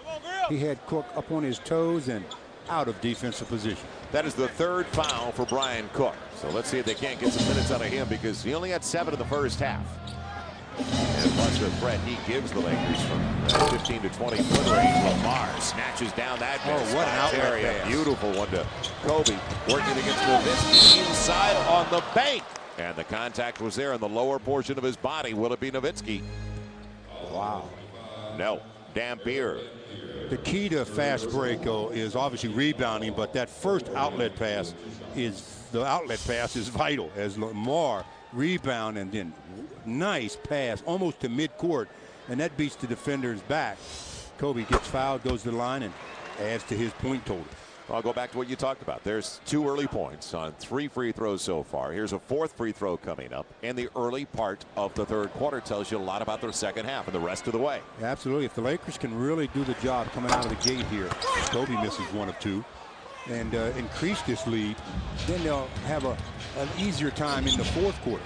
Discourage your opponent early as Nowitzki is held, so Cook goes to the bench with his 4th foul. Now bringing it on the side. Well, right now I think Phil Jackson is determined just to let Cook stay. I mean, you know, he didn't play many minutes in the first half. He's in foul trouble right now, but the way Phil Jackson is viewing it, we can always put Lamar on him or whatever, and they're going to probably let Bryant Cook at least pick up number 5. Nowitzki once again. Cook's got to worry, and there was a walk, an easy call. If anything, he thought there was going to be contact, and there was no leverage for Dirk Nowitzki. It's like a guy pulling the chair. And like I tell all the players, you know what happens when you think. Oh boy, the team gets weakened. So now the Lakers matching their large turnover, the 7th by the Mavericks, 7 apiece. There was also a delay of game on Dallas after the frustration of Nowitzki. Lamar Odom up against Adrian Griffin. Had a tough catch. Yeah, it was Dampier at the angle. So it's knocked away, and there's an early turnover for the Lakers. Terry off the wall, set by Nowitzki a few times. And a moving wall at that. The double frees up. And Crispin cleans it up as they try to get it inside. Josh Howard blocked away on the spin. Kobe's grabbed. He'll go to the line to shoot 2, and Nowitzki's got a technical. That's an easy call. Right in front of Steve Javie. Steve Javie, I like the way Javie gave the technical, though. No real, energy in it. He just looked at Dirk and said, I think, Dirk, I'm going to give you a T. And he gave him the real slow T as Kobe gets fouled and slaps Dirk upside the head. And that's what Dirk was upset about. He threw his arms in disgust. Steve Javie said, okay, go ahead. What else you got to say? I think it's going to cost you a couple of dollars. Now Nowitzki gets both. He gets the reach, then he gets the technical. Kobe gets the first. There's 3 coming. And so Nowitzki with 3. 10-16 to play. 6th leading scorer in the league at better than 26 a contest, and they just can't afford to lose him. Avery Johnson having a real chat now with Steve Javi, and he just picked up a technical foul. Been there, done that. We've seen it a few times. You got to pick your spots and pick your officials. Look at Avery. I'll tell you something, boy. He's a quiet man most of the time, but when you get him riled up, and he's riled up right now. So Mark with a fresh cut since the last time we saw him last Monday. I guess getting ready for more verbal volleyball with Phil Jackson. Boy, there's never a dull minute lately, is there? It's kind of fun for all of us to cover the league. Beats boredom, I'll tell you that. And when you got guys like Mark Cuban, it's great to have Phil Jackson back. Look at this. Never a dull minute with him around. In 5 seconds or so, Kobe's picked up 4 of the easiest points of the night. 2 technicals, and now the 2 free throws. So that's an easy way of getting into the big-time scoring call. How about 36 now for Kobe, and we still aren't even 2 minutes into the 3rd quarter. The Lakers by 14. Another free throw coming for Kobe. So adding to his 2nd best scoring average in the league, at better than 31 a contest. But see, it's the histrionics of Dirk. He had no choice but to call a technical on that one. I mean, without a doubt, right Dirk next might to have him. been upset that he got hit in the face and everything, but the way his reaction was afterwards, I think the official had no choice. Now with Dirk on the bench, can the Lakers add to this 15-point margin? They've missed 10 straight. 8 to close out the first half. Their first 2 of the 3rd quarter. And Josh Howard, long range, just inside the arc. Josh Howard. Very athletic guy going to the basket most of the time. That time, though, with the shot clock winding down, good look. 59-46. Lakers by 13. Kobe had the isolation. It comes real see that late. pass? Right.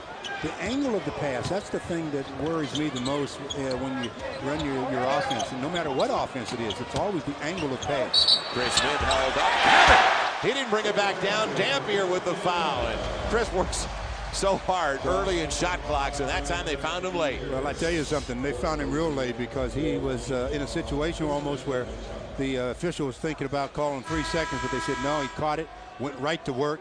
We're going to give him the benefit of the doubt and give him a 3-point opportunity as he goes to the line to complete the play. DJ Mbenga into the game. We saw him, you remember he blocked Kobe actually as he takes over. Dampier gets his 4th.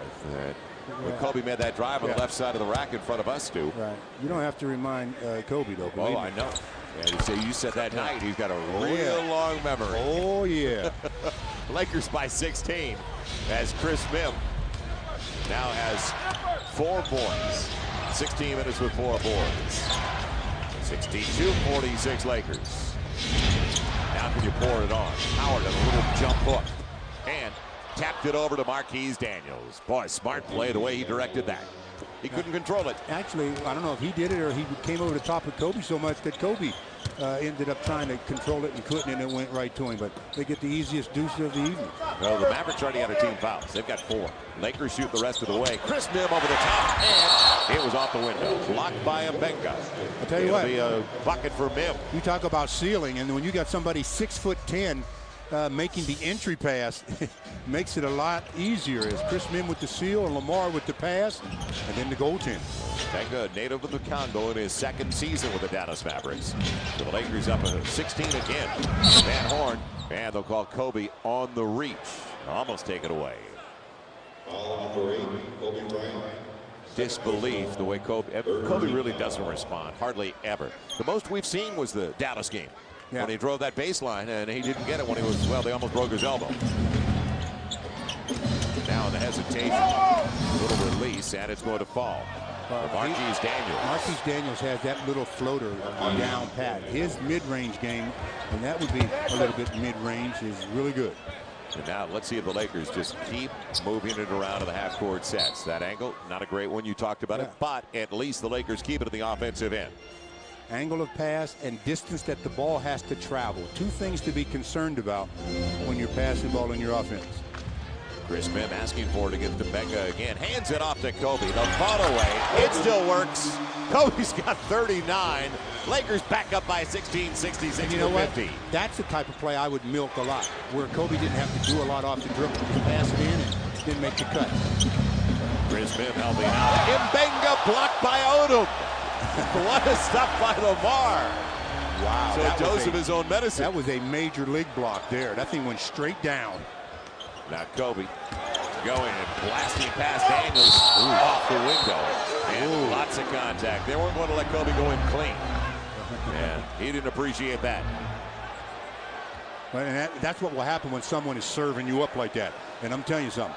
Kobe is serving them up right now, and the hard foul was sure to follow pretty soon. Right, and he blew by Daniels, but then Howard came over. What are they calling here? Are they going to call flagrant, or they just... Yes, it is going to be a flagrant on Josh Howard. Kobe goes into a crowd, and I mean, they swing at the ball. Ooh. That is a flagrant. Oh, that's very close to flagrant, too, because he went to the head. I mean, really to the head. Bam! Ooh. Like I said, Kobe's got a memory. And Kobe's talk about a cool customer for not retaliating. It'd be easy to jump into a guy's face. And then all of a sudden, it's only a flagrant, but you picked up a tee. That is something else. To maintain your composure like Kobe did after what we just saw. I mean, 'cause he really gets hit upside the head. Yep. Right across the noggin. Pow! So Kobe with a couple on the flagrant. And the Lakers will bring it in. And Avery Johnson has just been thrown out. He picked up his second technical. And he knew it was coming, so as soon as he said what he said, he started walking off the floor. Avery looked at the clock and the scoreboard and said, 17 points. We just seem like we can't turn around. Maybe I should get this second one, see if I can instill some life into my team. As I think that technical was pretty much choreographed. And by the way, Kobe gets another free throw and capitalizes on the technical against Avery. So Kobe's got 40, 41 with that make, 15 of 18 at the stripe in 25 minutes of play. Brian Cook will sit down as the Lakers bring in Devin George. A lot of time, 7:46 to play. So Del is, well, not exactly Alexander Haig, but Del Harris has taken over. Lakers by 18, their biggest lead. Kobe. And it's going to be a loose ball foul on Chris Mim coming over the back of Mbenga. That'll be the third team foul on the Lakers, and the fourth actually, and the third on Chris. You talk about dagger. Kobe tried to put a dagger in him with that one. I mean, he caught the ball 30 feet from the basket early in the clock and just said, boom, I want to take it and bury you. Well, you see that 15-6 run. Most of it coming to the free throw line for the Lakers. 7.5 to play in the third. And foul. It'll probably be Smush riding Jason Terry. Same complaint for Smush, saying, using the off arm. But again, another guy going to his strong side, getting the first step to his strong side. Jason Terry this time.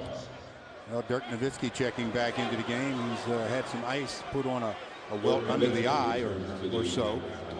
So he's back now. 15 points and 8 boards for Dirk, number 6 scorer in the league. It's not a physical game, though. Well, it is surely turning into one. It's one the officials are now, probably from this point forward, from the place where Kobe got hit, right, that flagrant foul, they're going to really start calling it close. Jason Terry gets his 2 free throws, but he is a guy that averages almost 17 a game, and he's only got 3 so far. So the starters not exactly coming through. Howard at 7, Dampier at 7. Nowitzki back into the game with 15. Chris Mim, isolation against Keith Van Horn, and there's the reach. Couple of free throws. It's a mismatch. Center against not even really a power forward, a small forward. Well, Mim to the line for a 1+1. We could be here for quite a spell. Get comfortable. Do we order out? Order in? It's already covered.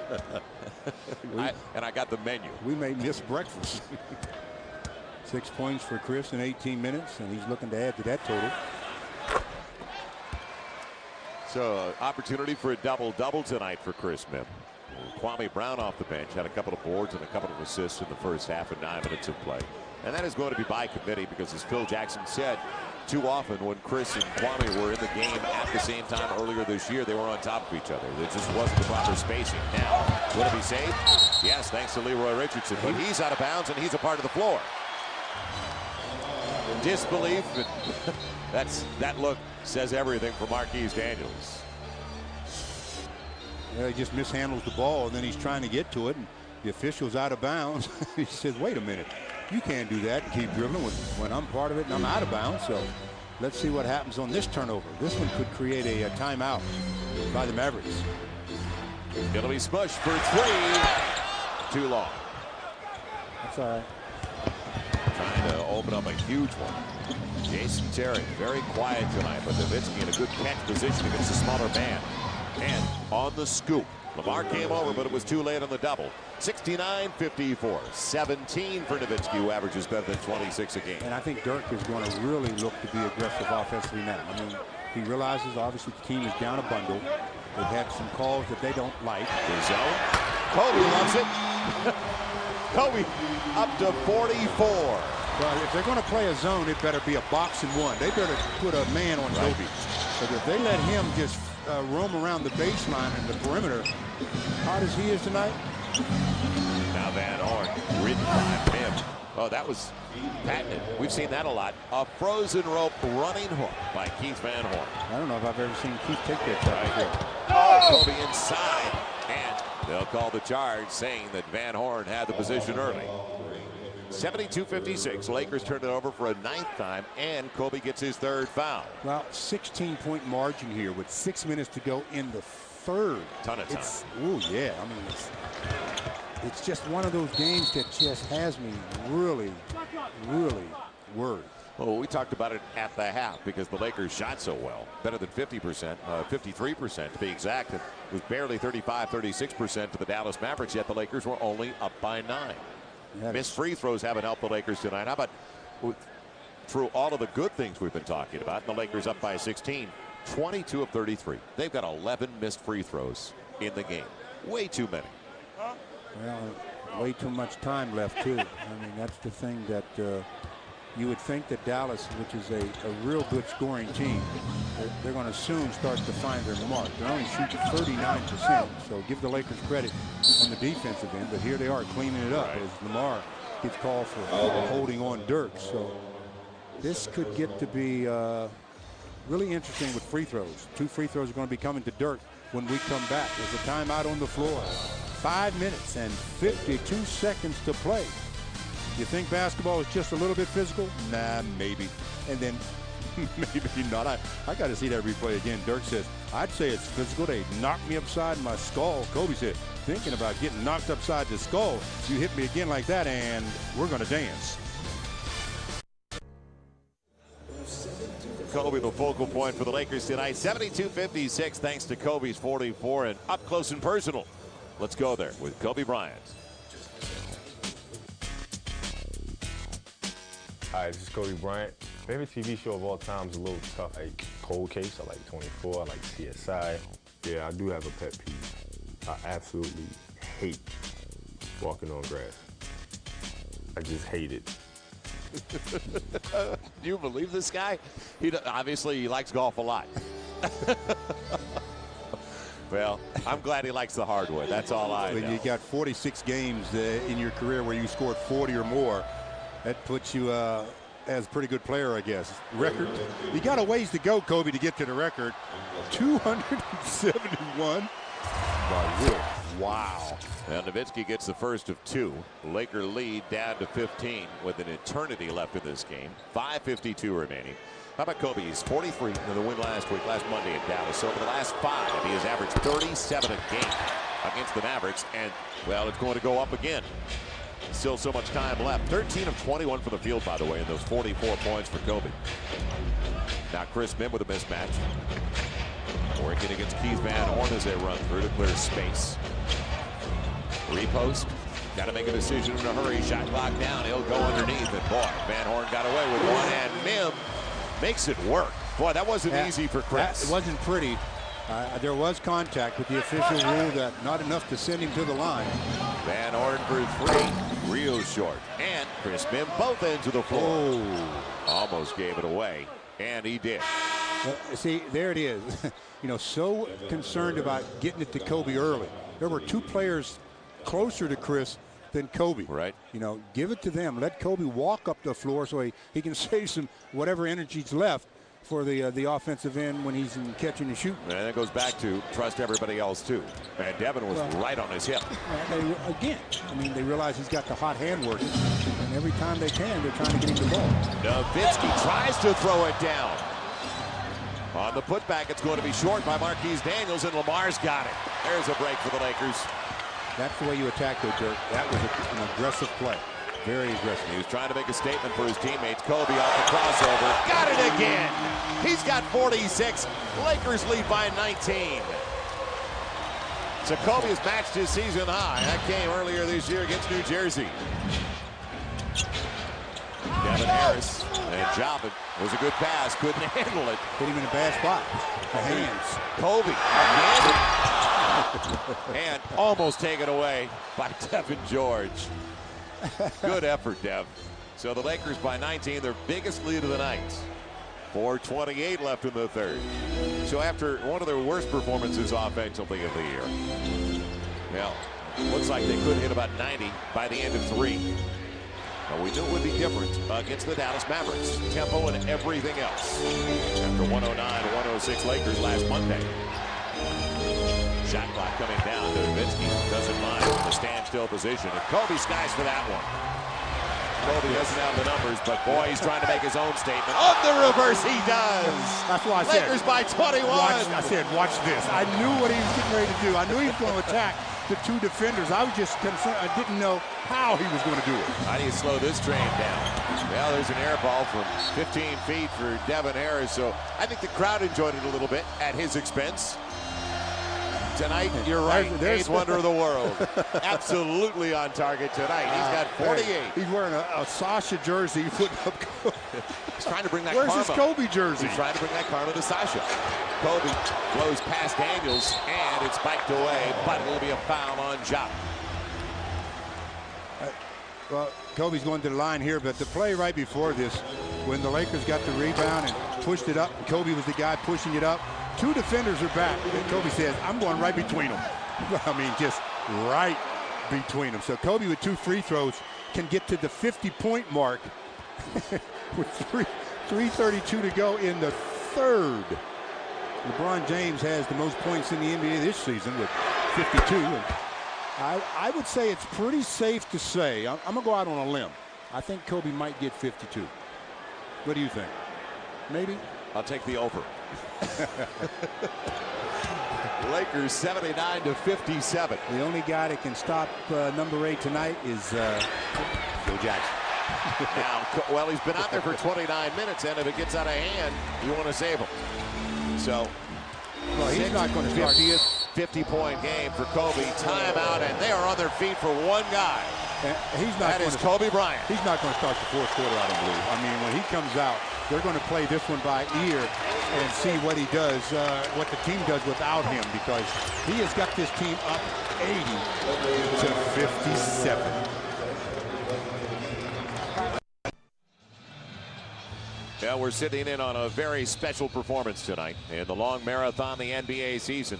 Things like this certainly stand out, especially this early in the year. As the Lakers lead by 23, Kobe's got 50, and the defense has got a lot to do with it.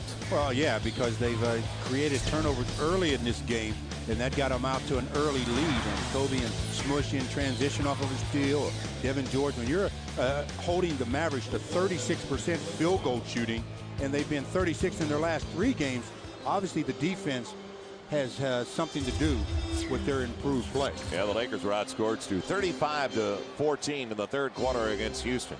They have outscored Dallas 27-13 so far in the third quarter this evening. So still a ton of time left in the quarter, and Kobe stays out there. Yeah, there's 3:25, so I was thinking he'll play the third here, but I was be very surprised if he comes onto the floor to start the fourth, and then the score is going to dictate whether he plays at all. in the fourth. It's very similar to what he did against Memphis when one of the times he scored 56. He did it in 3 quarters. That's the most amazing thing. He didn't even play in the fourth quarter. So 6 games of 50 or more for Kobe with 50 tonight. Elgin with the Laker record at 71, but he's not going to be on the floor that long. At least we all hope he's not going to be on the floor that long, meaning the Lakers have put it away.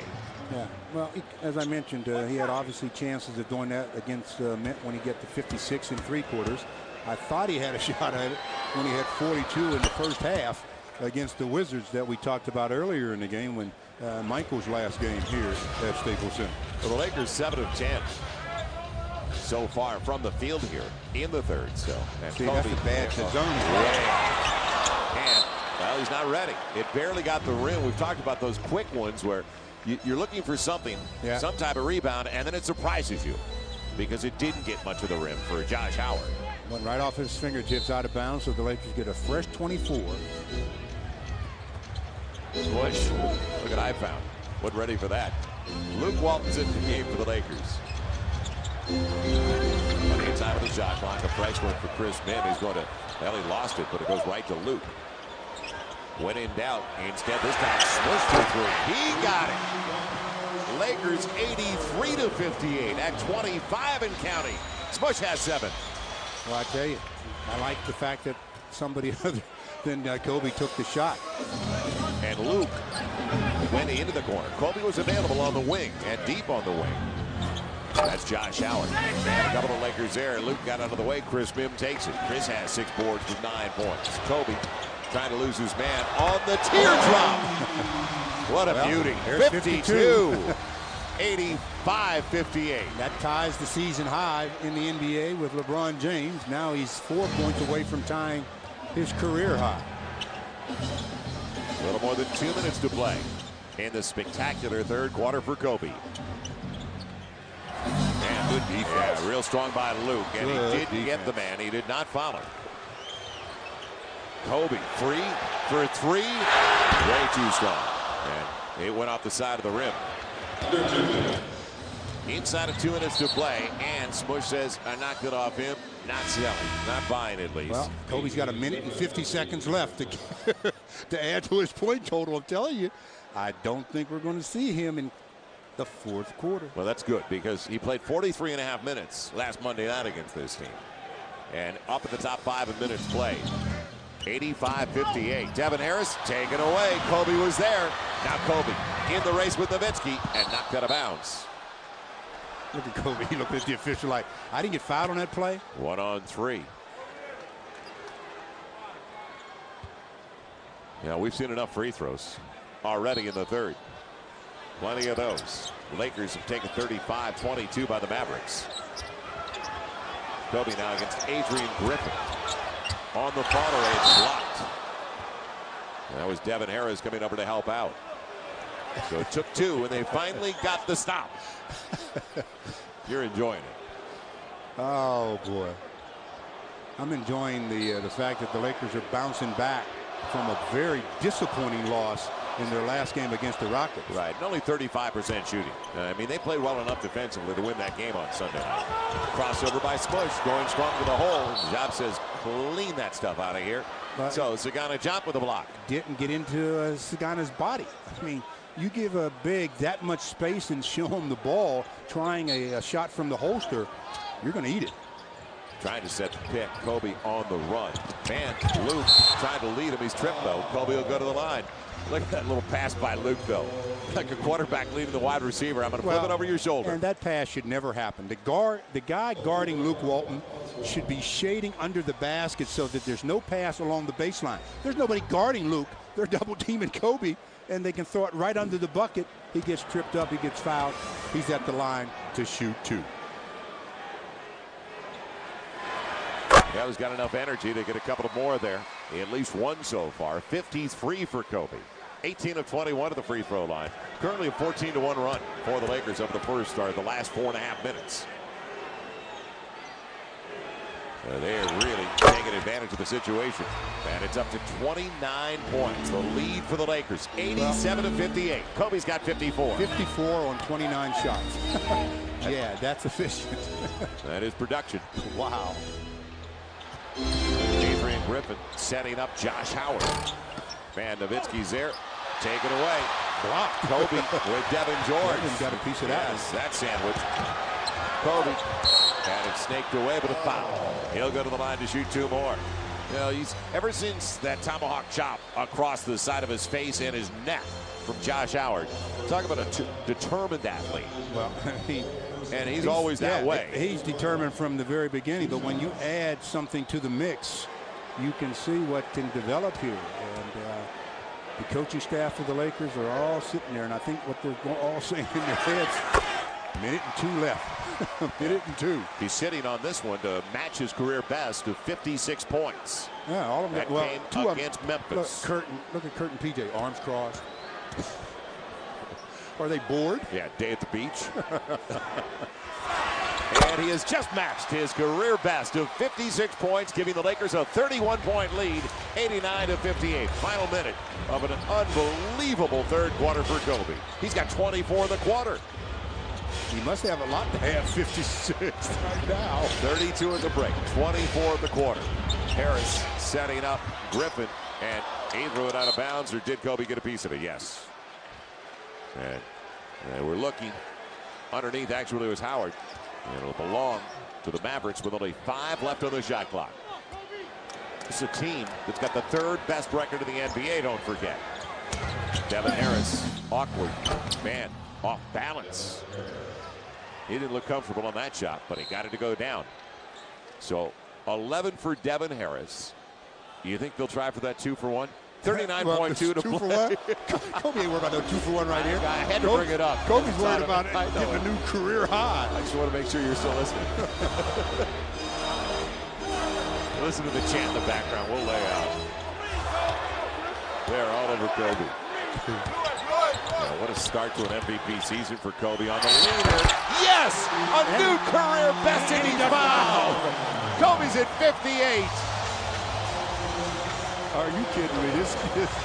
Well, I'll tell you something. He's giving the fans their money's worth tonight. He's giving me my money's worth tonight. Everybody in this building disbelieved. I paid. 91-60 with 26 seconds left, adding to a career best as Kobe has 29.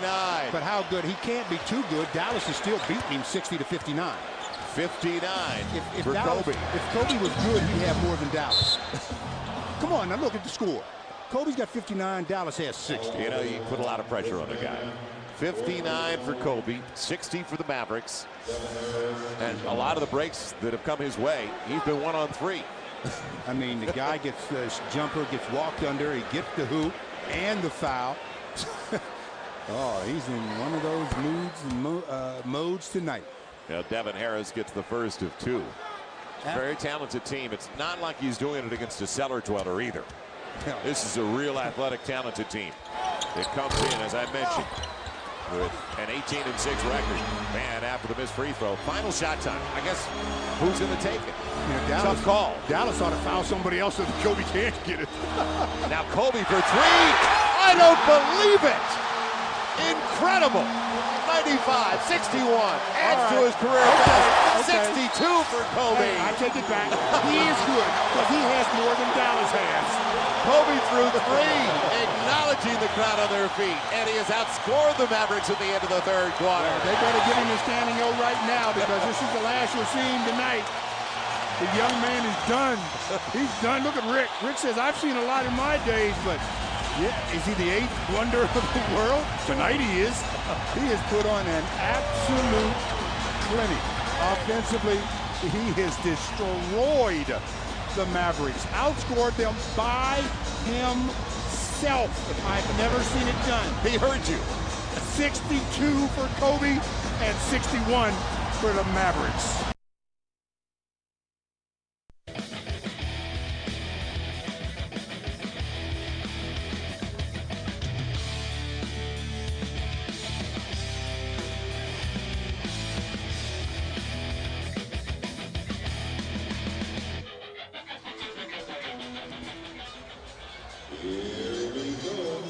Start of the fourth quarter at Staples Center, which is still buzzing. It's electric tonight thanks to Kobe's 62 points. He has outscored the Mavericks through 3 quarters, and he deserves a break. But will he be back? Laron Prophet. And they're going to call the charge on Prophet. I don't think he'll be back. Hopefully he won't. 12 seconds into the 4th quarter. 95-61 Lakers. The only way he could possibly get back into this game, in my opinion, is if the Dallas Mavericks went on such a roll that the score all of a sudden becomes in question.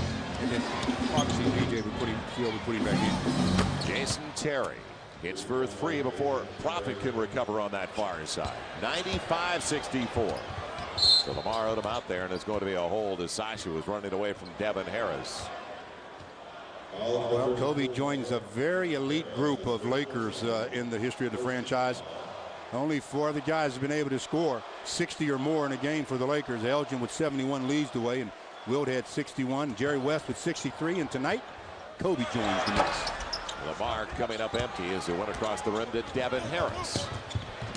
So the Lakers 95-64. And Lamar changed that shot, didn't he? Without a doubt. Without contact, just got in front of Harris, his length. Sasha inside the arc, and hits just keep on coming.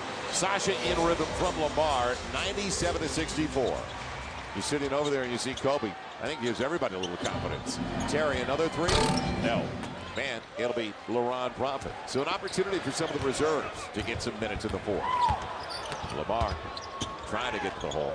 And it's knocked away, but right back to Lamar. That's kind of the way it's worked for the Lakers in the second half. Quick pass to Kwame, and I don't know if Kwame's hands were in the ready position. Well, that time he was. Luke with a good pass. And a couple of free throws coming up. Van Horn from behind with the foul. Well, free throws coming to Kwame Brown, and Kwame is 1 out of 2 from that spot on the floor. 1 point in the ball game in 10 minutes, so he's got a chance here to add to that total. So 2 for Kwame, save $20 on 2 Laker tickets, courtesy of Miller Brewing Company. Look for the voucher on Miller Genuine Draft 18 packs at participating stores. The offer is good while supplies last. Get all the details. You can go to Lakers.com and join us out here at Staples Center. Now the Lakers 29 of 41 at the stripe. Mavericks 17 of 24. That's a season high for the Lakers. It had been 41. The other way, Devin Harris. Kid's a talented youngster. Yes, he is. Very talented. And he's going to be around this league a long time. And especially playing for a guy that can teach him as well as Avery Johnson, who played the lead guard spot that well for so long. Great floor leader. Little general they called Avery, with good reason. Good pass, move. And Laron gets a couple of free throws. Now, it's funny. Kwame goes to the line. If he hits 2 free throws, give him an assist. That Luke Walton, because you know you don't get the assist when a guy's hammered like that. That's tough.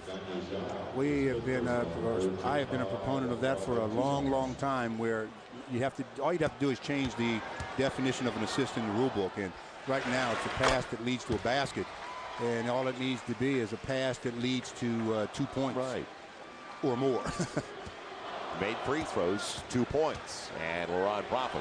That's some of the things I talk about when I say stats are misleading. I can give you 10 passes in a game, and you get fouled on each one of them that you score on from the free throw line, and I don't get an assist. And people say, oh, well, you weren't passing the ball. And Luke's got 3 assists. He could have a lot more, though, with the passes we've seen by Luke Walton tonight. And Kobe got one where he went to the free throw line on a little inbound pass. Adrian Griffin to the baseline. And Kwame let it get away as Sagana dropped from behind him. She almost tipped it in. Now Laron Prophet against the bigger man in the crossover. Left Van Horn on the reverse. A nice move by Laron Prophet. Lakers 101-66. Laron's been watching Kobe play a little bit, huh? That's very reminiscent of the move that Kobe makes so often as he just crosses him over. Says, pow, he's gone. Where'd he go, Keith? Find him on the other side of the basket as he lays it up and lays it in. And you know what? As the season progresses, the more we see Laron Prophet, the more we like Laron Prophet. And the kind of the court savvy he brings. The Lakers by 35. Kwame with a one-handed catch and the finger roll. Well, I guess that's too much for the catch and the make. Well, again, that's the one he's got to try to hammer that one a little bit. Right. Jason Terry cleaned off the glass by Lamar. Sasha on the break. Perfect pass, Luke. There's another assist that got away from Luke. You could see it coming up here. You don't have to change the rule book for that one, though. Jason Terry, you're right. Terry gets another three. The Lakers lead it by 32. Inside of 9 left. 101-69. See, next time out, I'm going down to the official scores table, and I'm going to running clock. Yep, I knew you were going there. I went to a lot of high school games the last 3 years. Running clock. During timeout, take a couple of minutes off. Got to go. It'll be Laurent Prophet from Kwame. And Sashi wanted it. Devin Harris. Jason Terry trying to get him back into the game. Lamar had something to do with that again. Just the close on Terry. Now Terry takes it away. Now these are kind of games where discipline, mental discipline with the players is going to be very, very tough. You have to keep doing the things that the coaching staff wants you to do. This is not a 10-minute playground game now. This is constructive, structured basketball, supposedly. They'll carry out and execute the way we talked about it before. The second unit, they don't have a Kobe out there all the time. Lamar on the stutter step, and the spin away from Jop is grabbed by Griffin. But run the offense. Yeah, that's the key. And that keeps the game cleaner. Because with the score like it is, it can get to be a very, very ragged game. It's up to the players to keep it pretty clean. Kobe Bryant, yep, you have had yourself quite an evening. And Laurent Prophet, he says, let me see, Kobe does this shot quite a bit here. Quite a bit. Let's see how he did that. Crossover, take off, go to the other side, hang. Pretty close. Laker basketball on FSN West is brought to you by the Rocky Mountain Refreshing Coors Light. Taste the cold. And by the Lexus December to Remember sales event, now through January 3rd. Spectacular night in downtown Los Angeles, and well, we are all sitting in on history. That's what it boils down to. Kobe with 30 in the third. We'll talk about that in a moment. And we're going to head down courtside with Patrick O'Neal joining us tonight. We'll be talking to one of the Lakers right after the game. We got to collar one guy. Josh Howard tried, and that only served notice that Kobe was going to take over. Billy McDonald, Jack Haley, Southern California Sports Report, coming up right after the game tonight. Lamar, 6 points, 8 boards, 2 assists on 2 of 5 shooting. And it's easy to feel that way when you got 62 in your pocket. I'm surprised they're sitting that close to Kobe. I mean, you get a burn. As hot as he is, you get some kind of a burn on his skin. He's nodding to his buddy Rick Fox over there. And Lamar gets 1 of 2, but 30 in the quarter. That is a Lakers franchise record. Kobe had tied it before with 24 in a quarter. Owned it with Jerry West and Elgin Baylor. And now he's all by himself with 30 in the third against the Dallas Mavericks. Devin Harris off the pick, doesn't get the roll. Luke Walton timed it well again. And we've talked about how we are spoiled by Kobe's brilliance. Laurent Prophet rewarded running the baseline of Lamar found. And that's what happens when you don't quit on a play. When Lamar made a move toward the basket, Laurent didn't stop to say, oh, he's going to take the shot. He kept moving as well, and he helped Lamar because Lamar got shut off and got him an assist. I don't think anybody's played better in the first quarter of the season than Kobe. You know, everybody's speculating at the quarter pole who's the MVP so far. And individual awards, that's not what it's all about. Kobe has already shown us that he can get it done as a team player, almost to an extreme last game when he went 6 for 13, and they needed more shots from him. Look at the Lakers scoring tonight. Right. Though. Chris Mim has 9. He's second on that list to Kobe. But I don't know if anybody has played at the level Kobe has played, and the reason the Lakers are 3 games over the 500 mark. He has been that high and that good. Luke with a teardrop runner. Normally, you just don't win games when one guy has that kind of a game. It's very difficult when nobody else is scoring. And the Lakers lost that game. It happens at times, as it's happening tonight, but you don't want to be a team that relies on that very often. Now, a long time ago, and the Lakers lost when Kobe scored 46. We talked about that against New Jersey in overtime right here at Staples Center. I was a part of and did the telecast of David Robinson scoring 71 at the Sports Arena against the Clippers. Moving down. It'll go right back. I was on the wrong end, though, of David Robinson's 71, so it didn't mean quite as much. Yeah. Right. It wasn't a thrill. Right. You wanted to throw something out there, didn't you? to block the shot. Yeah, but you can't get mad at the Admiral. He is such a good person. Yeah, he is that. He's the best. We got 6 minutes and 17 seconds to play. Here's that timeout I was telling you about. If I'm not back in time, you going out without me. I like I'm going down and I'm pulling the plug on the timer score. I don't think we can last 6 more minutes to go in this game. 106-73. Special night at Staples Center, and good to have you with us on FSN West, and hopefully it is a record crowd on FSN West tonight. We sat in on history, 62, a career best for one of the most magnificent athletes we will ever see. You talk about a guy that showcased some talents in a game, and that was Kobe tonight. You know, he left the game at the end of the third, obviously, so he only played 3 quarters. When he left the game, after scoring a franchise record 30 in that third quarter, he had personally outscored the entire Mavericks team. It was 62-61 favored Bryant. I like the DNP. Did not play. Cook, or make a Devin, no, it was Bryant Cook. That's effort in a game that you're leading by 33 points, 106-73. Joel Myers, 2 Lance. Patrick O'Neal courtside after the game is going to be talking, hopefully with Kobe. A good effort by Brian Cook. Either that or he says my brakes aren't good, and all of it, oops, headstand. Oh, nice roll. What about the lady walking by? Look what I found. In traffic, Devin Harris, and it's knocked out of bounds. It'll belong for the Dallas Mavericks with 6 left on the shot clock.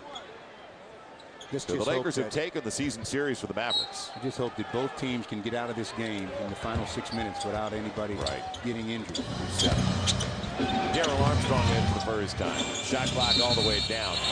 And there's a guard who recognized it. You saw Devin Harris. It was his ankles when he tried to get rid of it. Smart kid. Well, that time I got to see my man Andrew Bynum getting ready to check in on the next dead ball. The jersey's too soil free. So 5:54 to play. Next whistle, Bynum's in. Powell is also in for the first time for the Dallas Mavericks. Well, Kwame, you know you're going out. You better take a shot. And he will. Doesn't get the roll as Luke almost kept it alive. It's amazing how many times players look over at the scores table and see who's there, and they say, uh-oh, I'm going out. I'm getting this shot. Van Horn. That kind of night for Keith Armstrong. And last touch, they say, by Sasha. Even though Armstrong knew he touched it last, and that's why he was head first into the standard. 106-73. At this point, as Stu just mentioned, get out of here healthy. 3-game road trip coming up for the Lakers. It'll be Orlando on Friday night, Miami on Sunday, and then the Washington Wizards. Mbenga didn't finish. Now Luke. And to worry about the walk and the charge. That's stopping on a dime, isn't it? Sasha, deep 2. 2 deep. And a loose ball foul coming up on the Lakers. It'll be Brian Cook. Or Laron Prophet instead. That is going to be Prophet's third. Cook, it would have been his 5th. It's the first team foul on the Lakers in the quarter. More than 5 to play. So the Lakers back to 3 over the 500 mark. That is the best they've been. Their lead tonight for the road, 14-11. We're going to see the man shot. And what a player he is going to be. Dwight Howard, the Orlando Magic. Talk about building a franchise around a guy. Good look again. Devin Harris. You'll see him for many years to come. Well, Devin He's Harris, got 17. He has such speed that he gets himself free. That's how he gets separation, just with speed. It's not that he's doing anything where he gets body with you and separates you from him. Luke off the dribble. And Andrew Bynum couldn't hang on. Pinball. Oh, and Laron Prophet, I think, hurt his ankle. And Andrew with a sweeping hook. And you're right, Laron Prophet. And, I don't know if that's an ankle or an Achilles. Did he just cramp up a little bit? I think he's hurt in definite pain, though, unfortunately. And the way he grabbed at it, it was almost like it wasn't a twisted ankle. I shouldn't be speculating up here, but let's just hope it's nothing serious, as Laker trainer Gary Vitti immediately, I believe, is going to try to take him to the locker room. Wow, let's just hope it's nothing serious. 4 minutes and 20 seconds left here to play in the fourth in a game that's belonged to the Lakers, especially because of one Kobe Bryant. Laker basketball on FSN West is brought to you by Corona Extra, miles away from ordinary. And by Jack Daniels, crafted with care. Please enjoy the same way. Jack Daniels Tennessee Whiskey, Lynchburg, Tennessee. Well, 4 minutes, 20 seconds to go in the ball game. The Lakers are comfortably up in front, 108 to 77. 42 points in that third quarter broke this open, and it was all because of Kobe. But the attention now is on LaRon Prophet. Got injured on that play. Somehow injured his foot. The extent of the injury, we haven't been informed yet. They won't tell us that. But you can see when he grabbed down toward his Achilles, that's what led me to believe it was an Achilles. Now the lob, and just a little bit too tall, even for Andrew Bynum, and behind him. But Luke Walton talked to him out of the timeout. We saw something was brewing because they walked together. So inside of 4 left. Josh Powell on the dribble penetration. Man, the big guy couldn't get it done. A rookie out of North Carolina State. For the Lakers with Devin Green out there, Andrew Bynum, Luke Walton, and Brian Cook. Devin on the baseline. A little bit long. Darrell Armstrong, no fouls. And the rebound taken away by Armstrong. Sasha didn't see what hit him. You talk about a guy with a bundle of energy. Yeah, he's Darrell a workaholic. Armstrong. And he had to work to get into the league. Fayetteville State and played in the CDA. He's played in every league there is. Right. Worked hard just to get here. Like those players did figure the long-range plans a couple of years ago of the Orlando Magic. That's the 6th. That's called on Harris. So Harris is fouled out of the game with 18 and 5 boards. Core is what's coming up for the Lakers. Orlando, Miami, and Washington. And then right here on FSN West, we'll be here against the Memphis Grizzlies a week from tomorrow. Memphis, heartbreak last night, losing in double overtime to the Detroit Pistons. Phillips hit a shot. Lakers looking for help, and they got it. That was the 9th loss for Memphis. This will be the 7th loss for Dallas. San Antonio did lose tonight, right? San Antonio lost a real close one at Milwaukee in overtime, 109-107. So Dallas had an opportunity to stay even in the loss column, and even in fact with the win tonight, moving to a tie for the lead in the Southwest Division. Well, Devin Green goes to the line and knocks down his first free throw. Has another one coming, so he's in the scoring column. Yeah, and on these boxes that are historic, you want to be in the column. You want to. I mean, you want to be in print. It was Kobe's night. Something other than all zeros. Right. Hey, frame it. I scored. He had 62. Got in the book as well. That's when you say Kobe and I, we combined for 65. He had 62. I had 3. Now Powell choked off on the baseline. Find him over. He commits the foul with a second left in the shot clock.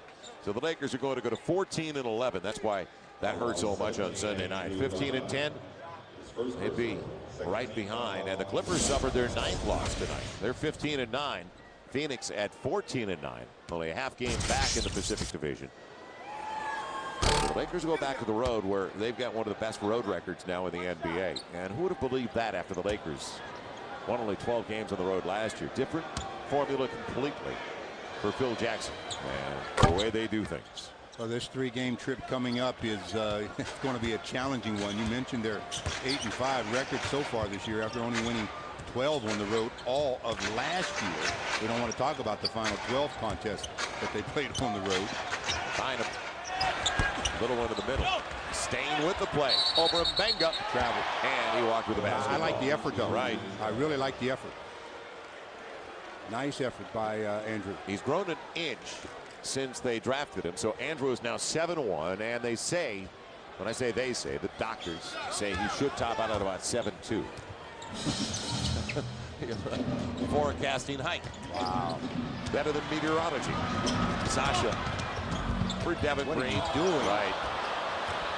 Shoot the basketball when you get enough. Right. When you're never on the floor to begin with. And Mbenga with the two-hander. 110-83. But Devin is still by 27. Devin is such a unselfish player. I mean, that's another one of those guys that the Lakers have that they have to really kind of urge to be more aggressive. Devin Green, I'm talking about. Yeah, he's got a great feel for the game, and that's what they like so much in training camp. He does. He has a very nice feel for the game. Yeah, moves off the ball well, spaces, has a real good feel in both. On the pick and roll, Mbenga. Man, despite the fact Cook got a piece of it, it went down. Not easy for the big fella.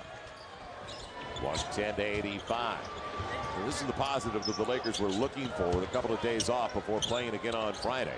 They take 2 of 3 on the homestand and a 3-second call on Andrew Bynum. Now, if a vet stays here for 8 seconds, it's not called. But they have to call that one, I think. I thought Andrew was in there quite a spell myself. How about Detroit's road record? 12-2. 12-2. That's incredible. That's a veteran team. Right.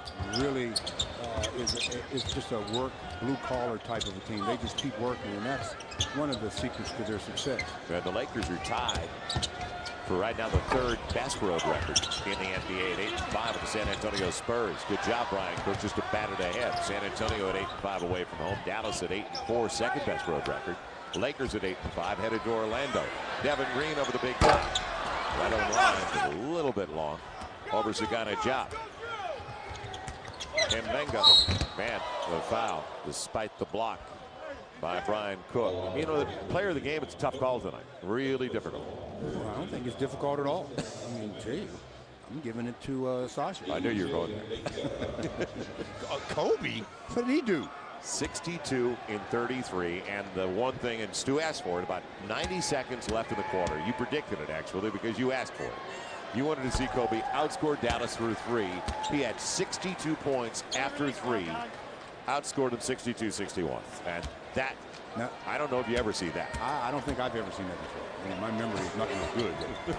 I don't think I've ever seen that before. A senior moment to block for Brian Cook on the weak side. Everybody just get out of here healthy. 56.5. We have not received word yet on the injury to Laurent Prophet. And I'm looking down to see if we're going to get anything for the PR staff. That could be a pizza delivery, though. Somebody's on the phone over there. Nowitzki, he got a shiner from Kobe. And that's what really started it all. When Kobe went in and got fouled, and then Josh Howard really cracked Kobe across the head about a minute later. Yeah, and that was the beginning of the end. Yeah, it became a free throw contest for the Lakers, and the Lakers got the stripe a lot. Especially Kobe. 22 out of 25 from the free throw line. Kobe Bryant. 48 free throws for the Lakers as a team. This is 29 and 30 for the Mavericks. So this is, you know, my favorite part of the game was watching free throws. So I was really thrilled to see it. Yeah, we just saw that shot. Mark Cuban still courtside here at Staples Center, and he's one of the real good owners, new owners in the NBA. He's one of those guys that has just energized the city. You go to Dallas now, it's like you've never seen before in that city for basketball. It was pretty good when Dick Motta had Derek Harper and those guys about 25 years ago, or is it 30 now? Lose track sometimes. My senior moment, but real interesting is Mbenga will get the cleanup. 39.1 to play. What has transpired in Dallas because of the energy and the economics that he's put back in with their brand new building. Well, we're winding it down. Sasha. No fouls. And blocked by Diop. Diop has lost 35 pounds. We talked about that when we were in Dallas. He looks like a totally different player. As he, the last couple of years with Cleveland, he just couldn't move. Really looks good. Yep. Really looks good, and they're really happy with the way he's progressed this season so far.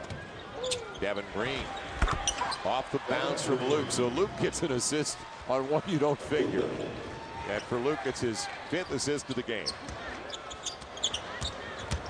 112-88, make it 112-90, and that'll do it for scoring. Get it across the line and call it a night. Get it across midcourt and sit on it until it hatches. So the Lakers back to 3 games over the 500 mark with a very impressive performance and a spectacular one in particular for Kobe Bryant with a career best 62 points. We sat in on Laker history. Kobe a new career best. And there's no doubt in my mind, more minutes, he would have eclipsed the 71. The all-time record of Elgin Baylor. Let's head on down now with Patrick O'Neill. Patrick, All right, Joel, thank you very much. The Southern California Sports Report starts right now, and Showtime back in the house. Kobe Bryant, 62 points, a career high on 31 shots. The crowd's feeling it, going crazy. How did it feel on the win? It felt great. You know, we had a tough loss last game, so, you know, the past couple of days, my mind just been on this game, just trying to win this game by any means necessary. And came out, we gave a great effort, and caught fire. Kobe had 30 points there in the third quarter. Did you know that you had to get your record, your career high in that third because you weren't going to play in the fourth? I became mindful of it once the crowd started kind of getting behind it. My teammates started pumping me up. And then I just fed off of the crowd and got a big three there at the end. And the fact of the matter is, it is coming off a loss. You got the W tonight against a very good team, the Dallas Mavericks. Yeah, that's the key. You know, we wanted to come in and win this game. You know, we played well enough to win last game. Unfortunately, it didn't happen. So we wanted to come out tonight and reestablish ourselves. And the Staples crowd here is not going to see you again until December 28th. They kind of gave everybody an early Christmas present. Yeah, so everybody have a Merry, Merry Christmas. We'll see you guys when we get back. Have a good trip on the road. Thank you. Kobe Bryant getting it done. I tell you, a fan in the crowd had a sign saying, Kobe, the 8th wonder in the world. Indeed, he was tonight. All right, I'm heading into the locker room for some more reaction on Kobe's spectacular night. We'll hear from Phil Jackson as well. Right now, let's send it up to the studio. Bill McDonald and Jack Haley. Guys, it's all you. Thank you, Patrick. Great job. And Kobe feeding off of fans like that. We're at Star Plaza, Staples Center, downtown Los Angeles. And tonight, the Lakers beat the Mavs, but that was really just about secondary because of individual performance by Kobe Bryant for the ages tonight. Welcome to our special Southern California Sports Report post-game edition. I'm Bill McDonald. This is Jack Haley. For those of you who are watching the Ducks, yes, we're going to go back to San Jose for an interview from the locker room there, so we'll have more hockey for you. But for those of you, and I know a lot of you are watching this Laker game, full coverage. Don't go anywhere. Analysis, interviews, we've got it all here coming up in the next few minutes. Jack? I don't even know what to say. Yeah, I mean, the kid's pretty good. I'll tell you what, I know this is Southern California Sports Report, and we're at Staples Center, but if this was Wayne's World, we're not worthy. It was that good. I mean, Kobe Bryant's individual performance right tonight was one of the greatest I have ever seen. Remember, I played with Michael Jordan when he had some great performances. I played with David Robinson when he dropped 71 on the Clippers, and Kobe Bryant tonight eclipsed them all. He came out with a focus in this game, an intensity in this game, and a reason to try and come out and do it. And I'll tell you what, it was well thought out and planned. Now, this is the blue defense. This is what they ran on him earlier. This is how they double-teamed him. And a great job by Brian Shaw telling him before the game to take everything baseline because that's going away from the defense. They wanted to force him middle. Kobe took the baseline, was able to get to the free throw line. Second half, big mistake. They tried to zone him. Here, Dirk Nowitzki guarding him from the perimeter. Pow! You can't go put a 7-footer on him, but this is the difference. Keep an eye on Kobe. Up for the rebound. All 5 Lakers in your screen. Kobe outruns all of them. 4 players back. Are you going to stop Kobe Bryant, the best player on the floor? I don't think so. Slices, dices, inside, and finishes. The reason he scored 62 points in this game. He came out, he attacked, he stayed focused, and he never took his foot off the gas. First quarter, 15 points. Second quarter, backs it up with 17. I didn't think he could do it in the second half. I even said that. He comes out and drops a Laker career high 30 points in the third quarter, 62 points, and then he pulled a Jack Haley. DNP'd in the fourth. That I was proud of, but I'll tell you what, an amazing job by Kobe Bryant, and it was well executed. He wasn't just out there gunning. It was all within the context of the game.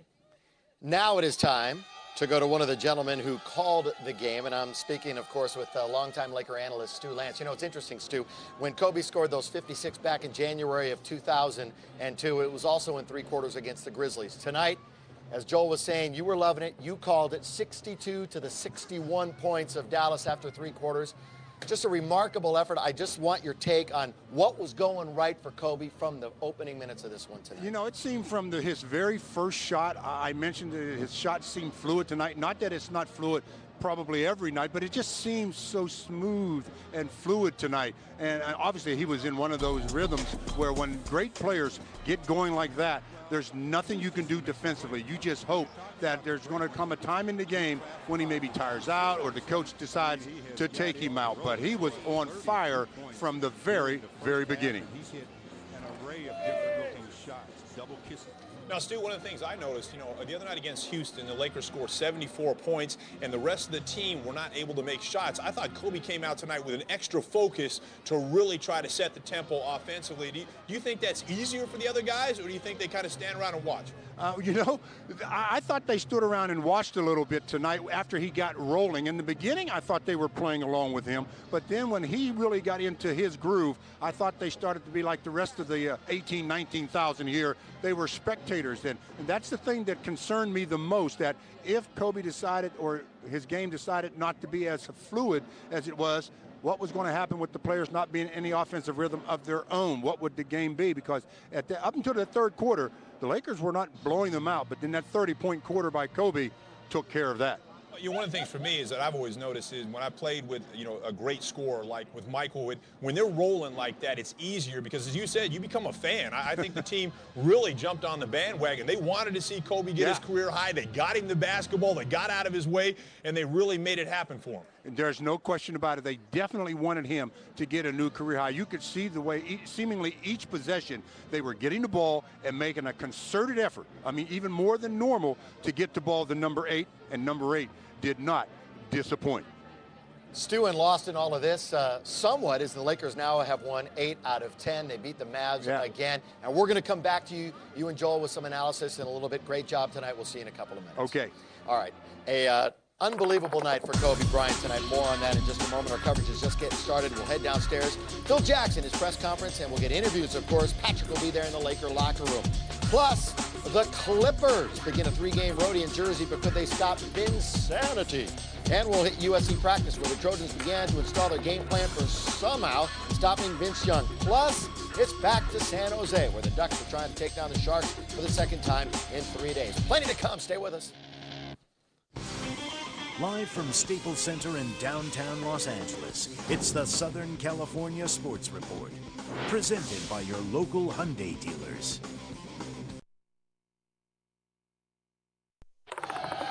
This is the party zone in downtown LA, known as Star Plaza. We're going to be down to the locker room in a matter of moments. Plus, we'll hear from Phil Jackson and what he has to say in his press conference. He'll be smiling about Ocho tonight, Kobe Bryant. Lakers now 14-11. It's time now for the Hyundai highlight of the night, Jack Haley. And Rick Fox back in the house, former world champion, paying tribute to Rick.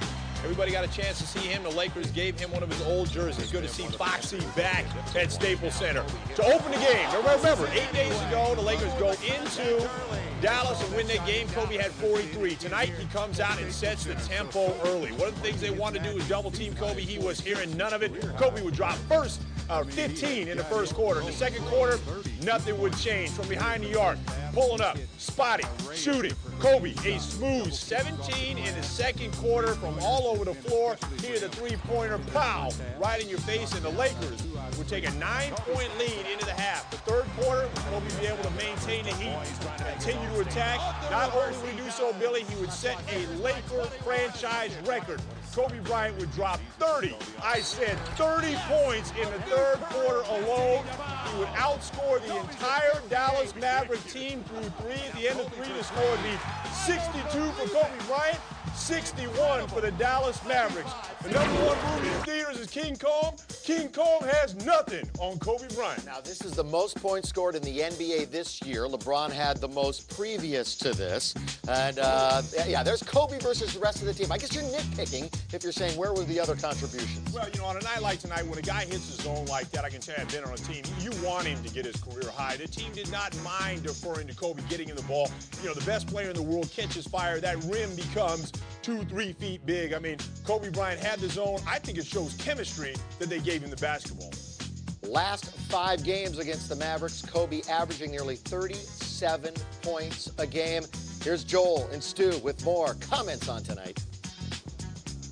It was a spectacular night as we sat in on history tonight, guys, and it's very rare through the long march, and it's a marathon in an NBA season, that one guy takes over and completely dominates the way Kobe did tonight. It's fun to watch at times, but basketball is a team sport, and Kobe was playing it as a team sport tonight, but he was just so much in a zone. You just loved watching him do what he did, and I mean, he just really took it to the Dallas Mavericks. When you outscore a team when you're on the floor, all by yourself, and that's what he did, outscoring them after 3, 62-61. That's a remarkable feat, and then showed his props to the fans as they showed their props when he left the game at the end of the third. And, you know, Stu, at the top of the telecast, we talked about the way the Lakers have played defense. And over the last 9, giving up an average of only 89 per game, going 7-2 over those 9. And it really did continue tonight. Don't look at the final score. You brought up through 3. Right. Held Dallas, a team that averages 100 a game to only 61 points through 3 quarters. Somewhat lost in all of this hoopla we're talking about, Kobe's career high 62, is the fact that the Laker defense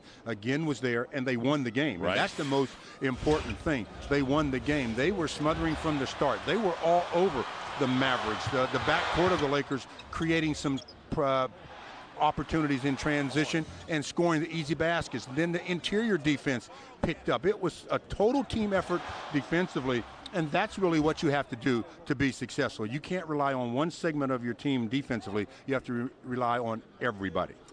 Felt like we were back at the Forum about 15 years ago. I saw that smile when it was brought up, Showtime at Staples tonight. That's a Staples record, and that smile was a sweet one by Kobe. When that word Showtime came up, he really had a huge grin. Well, he needed a huge grin. He deserved one. I mean, that was quite a performance. I'm very happy to say I was here to watch Kobe go for 62 tonight. Yeah, we were all the lucky ones. Once again, watching an amazing athlete in Kobe Bryant. Let's head back to the studio now. Jack and Billy. Excellent job, Joel and Stu. Right now, though, we're going live downstairs. Phil Jackson, press conference. Like tonight, big. Good win for us after a game that we felt, you know, offensively challenged, so to speak, on Sunday night. Coach, were you aware of the Laker record, and did you consider at all letting Kobe go for it before? Yeah, you know, you obviously do. It's a 30-point basketball game, and, you know, that's not the spirit that, you know, really evolves to. But I did ask Kobe if, you know, it was his heart's desire to go in at the 9-minute timeout or 8:59 timeout, that I'd certainly allow him to go back in the game. But, you know, he said, whatever you think's best. And so I said, it's a 30-point ball game. And he said, you're right. So, you know, in 3 quarters, 62 points, not a bad night.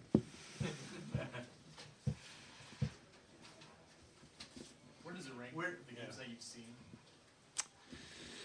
Well, you know, I've seen a few 60-point ball games scored. None of them have been done in 3 quarters, that amount of time. With that type of third quarter, 30-point third quarter, has never been anything like that I've seen. So that's unique in itself. I did see Pistol Pete Maravich, you know, he had his 60-some point game. It was against the New York Knicks. And, you know, it was Walt Frazier and Earl Monroe that night trying to guard him, and they never forgave Bob McAdoo for the, you know, his inadequacies as a help defender. But, yeah, it does hurt a team a lot when a ball player like that has a night. Did you have any sense that this might happen tonight? Was there any feeling you had? I mean, he only scored 24 the other night, only shot 14 times. You know, discussed, you know, what we did last Sunday, yesterday, as a basketball team. And I showed the video of Kobe in key spots with the basketball trying to move it to his teammates, which, you know, was not successful because they couldn't complete shots. And, you know, there's a tendency when a player sees that his teammates aren't stepping up to do that, to go for it himself. And Kobe, I know, had that in mind when he watched that tape and saw, you know, how he had the opportunities in a situation like that. So, you know, with, I think we talked about it then, with Wesley, a 6-footer, guarding him in pinch post situations, Kobe was, you know, inviting the double team and moving it on rather than just turning around and shooting over a 6'2" guy or 6'1" guy, which would have been a lot easier. Tonight, he went for it. Yeah, after him, Kobe doing this, now you guys start this road trip. How do you now get everyone else back involved in the offense to try to make it equal and get more guys scoring and to get him more help? You know, we just go through a basic practice, how we play the game. You know, obviously, you know, this particular night, you know, we shot 50% as a team. Kobe shot 50%, so everybody should be okay, right? They should be tired. Right. That's all right. We had a lot of people that scored, and we shot 50% from the field, and that's an adequate number. Do you think they might lean on him too much, though, going forward? Or do they know they have to step into, a void to try to make this road trip? That's the give and take of our dilemma this year. That's the horns of the dilemma that we have to live with as a basketball team as the course of the season goes on. After 3 quarters, he outscored the entire Mavericks team 62-61. Can you ever recall something like that? No, I haven't. Well, when did you know that Kobe had it tonight? That, I mean, this was going to be one of those special nights. When I took him out in the second period, I just felt like there was, I had to save what he, how he was feeling, because he was, really, I thought, moving off the edge of team play into the more individual play. And we had a 10-point lead. I wanted him to get the rest so that he could come back in the third quarter and provide whatever he had. And he certainly did that. Phil, any thoughts about putting him back in the fourth, or had he done what he had done? He's been late. He was somewhere else. You ask these other guys, they have it on their tape. It's practice tomorrow. Phil Jackson, all smiles tonight. We're bouncing all over the place. We've got it all covered. It's back to San Jose for reaction on the Ducks' loss to San Jose tonight. And Patrick O'Neal working the locker room. Hear what the Lakers have to say about Kobe's incredible game tonight. The Southern California Sports Report is brought to you by Jack in the Box. Experience Jack's tasty line of ciabatta sandwiches. Clippers at the Nets, brought to you by Wendy's. Do what tastes right. They haven't won there in 6 straight roadies against the Nets. Vinsanity, early first. He's going to get blocked. But now watch this. Off the steal. Whoops. Carter gets a second chance. Nets up by 7. Now the Clips are going to keep it close. Sean Livingston. Nice pass to E.B. Elton Brand, reverse layup. Clippers now down by 2. E.B. would have a good game, 21 points, 13 rebounds. But the problem for the Clippers tonight, just not great defense. Here you see the wide open three-pointer by Scott Padgett. The Nets would take a 10-point lead in this one. And then transition basketball. Vince Carter throwing it up to R.J. Richard Jefferson. No one better in the open floor than R.J. R.J. would have a good night, a smooth 20 points for him. Carter again to Richard Jefferson. Moving the basketball, the New Jersey Nets would have 27 assists in this game. The problem for the Clippers, no transition defense. No defense, period. Vince Carter with the J. 35 for Vinsanity. The Clippers in trouble. 99-85, here are your current Pacific Division standings. Take a look at the Lakers climbing the standings. Remember, they were in dead last just a little while ago. Now 14-11, a game and a half back of the Clippers and right behind Phoenix. As I said before, just watch the loss column. That's what you keep an eye on, those losses. And the Lakers right now making a move, taking care of home court. Lakers tonight moved to 500. They're now 6-6 at home. They can take care of that Staples Center and continue to climb the ladder. Sky's the limit for the Lakers. Story tonight here, blowout win by the Lakers, record-setting night for Kobe Bryant.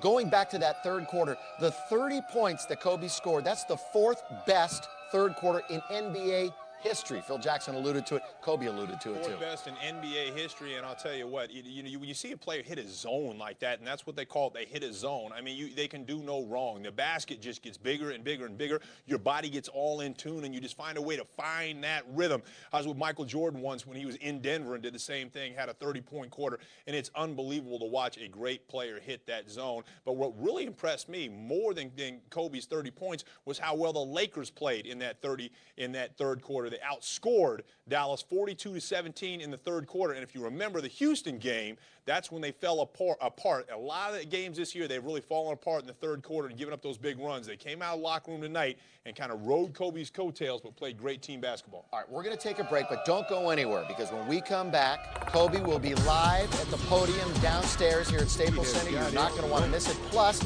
Patrick O'Neal will talk to Chris Mim. That's when we come back on the Southern California Sports Report. This portion of the SCSR is brought to you by Courtesy Chevrolet in the Thousand Oaks Auto Mall. Frustrated from the last loss. Live at the podium, here's Kobe. Will us to victory tonight. And you knew you had it going by your reactions to the crowd this evening. Yeah, it just got to a point where I just, wanted to assert myself and just continue to just attack them and attack them. even if they sent 2 guys at me, I was going to attack them and let them know that tonight, I'm coming after you guys, and just send them a message. Did you tell Dirk before the game that you were going to score 50? Parkinson, Yeah, I told him this morning I was. Just being upset, just being angry at the fact we lost the last game, and we've had a tough time shooting in this building. I told him, I said, I'll fix it tonight. Were you aware that you get a feeling, don't you, when you're warming up or in the first quarter? When did you know that you were on? It wasn't an on feeling. I've had those feelings before where you're just on. You feel like you can hit anything you throw up. Tonight was a different feeling, though. It was just a feeling of, willfulness. You know what I mean? Just attack these guys. Phil said that he offered you a chance to go back in the game in the fourth quarter. Yeah. And you turned it down. Why? Right. Because that's not what we play for. That's not what it's about. It's the reason why I was able to score 62 points is because I wanted to win the game so bad. It's not to score 70 points or score 50 points just to score them. We wanted to win the game, and the game was in the bag. It was in the refrigerator. So there was no point for me to go out there and play any further. But were you surprised that you did it in such a short period of time, though? Yeah, I didn't realize, what kind of quarter I was having, as far as 30 points or whatever. I just went out there and just played, just kept on attacking and attacking, and just kind of let the chips fall where they may. Were you aware after the 3 quarters with you, especially when they flagging foul, that they were trying to do anything they could to try and stop you? Did you that? Yeah, I did, and that's what they're supposed to do. But I like it. I told them that. I told Josh Howard that I like that. You hit me, I like it. That's what it's about. And you grow up playing at the playground, play at the parks, and guys hit you, they bump you. That's what the game's about. So I like getting hit a little bit. Were you aware of a sense of history, being that you're one of only a handful of Lakers to ever score 60 plus in a game? No, I'm not. But I can just imagine the company, and to be in that class, it's a tremendous honor. Were you aware after 3 quarters you outscored the entire Mavericks team? Phil coming into the timeout, put on the board Kobe 62, Dallas 61, and we all kind of chuckled a little bit. And I wasn't aware of that until I saw it on the board. It's something. It's one of those games. Kobe, what's the feeling like when you're at the end of the third quarter after you hit that 3 and you're standing there and you got your hand? It's a great feeling. It's a great feeling, to do it here in Staples Center in front of our fans, who've been extremely supportive of us and patient, and to be able to give them the show, before Christmas. It's kind of an early Christmas present for them, and it was great to see a reaction and to enjoy it with them. Some athletes say when they're having a great performance like that, things are in slow motion. Was it like that for you? No, I just felt like I could just continue to attack these guys. It wasn't one of those games where I felt like everything was slow or the basket was really big. It was just determination, just to take it to them. You surprised they didn't double you very much? I expected them to double me. That's what they did last game in the second half. Tonight when they tried to come, I just went quick. Or I swung the ball, and my teammates, made them adjust, and then they brought it back to me. Then I attacked them quick. So I went before the double got there. Can you quantify? Is it possible? Can you call this the best game you've ever played, or do you even think like that? No, I don't know. 62 and 33 is pretty amazing. I guess. I don't know. It's definitely the best scoring game I've ever had. I just seem to get in those grooves sometimes, and which is good. Normally when I have games like this, we wind up winning by a lot, which is a good thing. Can you talk about some of the dialogue you had with Rick Fox going back and forth? Yeah, he was just, he was just telling me I was pushing the ball on a fast break one time, and I heard him. He was saying direct line. Yeah, and that's some of our terminology when you're pushing the ball on a fast break. If you have direct line or not. And I hear him yelling that to me, and I'm seeing the same thing. So I'm licking my chops, and I pulled up, knocked down a jump shot, and just looked to him. And we just just kind of like, going back and forth, just talking, like pumping each other up, just vibing off of one another, which is something that we used to do, when he played here. And just ongoing dialogue throughout the game, and it felt good to have him back there on the floor. The other night you seemed really pretty angry after the game. Frustrated, whatever you want to say. Did you kind of figure out at that point you were going to do this to attack tonight? Or, I mean, you did see, were you angry? You were angry. I was very angry. And you know, I felt like I wanted to come out and send a message, you know, that, you know, we have to, you know, dominate here at home as well. I mean, we have to come out and establish ourselves here on this floor and let teams know that, you know, you're not just going to come here in L.A. and put on the show because you're in L.A. You know, we're not going to stand for that. You know, we're going to come out here, we're going to hit you, and we're going to bring it to you. And, you know, I wanted to send that message. You guys will go back out on the road now for 3 games. But what do you tell your guys on the team now what they have to do to, I guess, more or less help you out so you guys become more of a team on the road and try to get, not expect you to go out and score 62 again? Yeah, no, I think we know what we have to do. I mean, we've been playing some good basketball, some good team basketball, defensively and offensively. And, you know, it's important for us to, you know, tomorrow at practice just go through the motions of what we try to do executionally and, you know, prepare ourselves for the road. And just go out on the road with the same mentality that we had in the last one. That's, you know, ready to attack teams, space them out, and execute our offense. Do you have to tell them to become aggressive as well? Do they know that? Sometimes, you know, throughout the course of the game, if I see somebody that's a little tentative, you know, I'll make sure I, you know, tell them, you know, we need you to get going. You know, but for the most part, they know where their shots are going to come from. And playing off of me and reading what defenses are doing, they know how to get themselves in those positions. And then it's just a matter of knocking them down. Did Phil tell you to be a little bit more aggressive after last year's game? No, I think Phil, you know, Phil knows me pretty well, and he knows I was, you know, pretty PO'd about, you know, last game. So I think he knew I was going to come out tonight and just establish myself.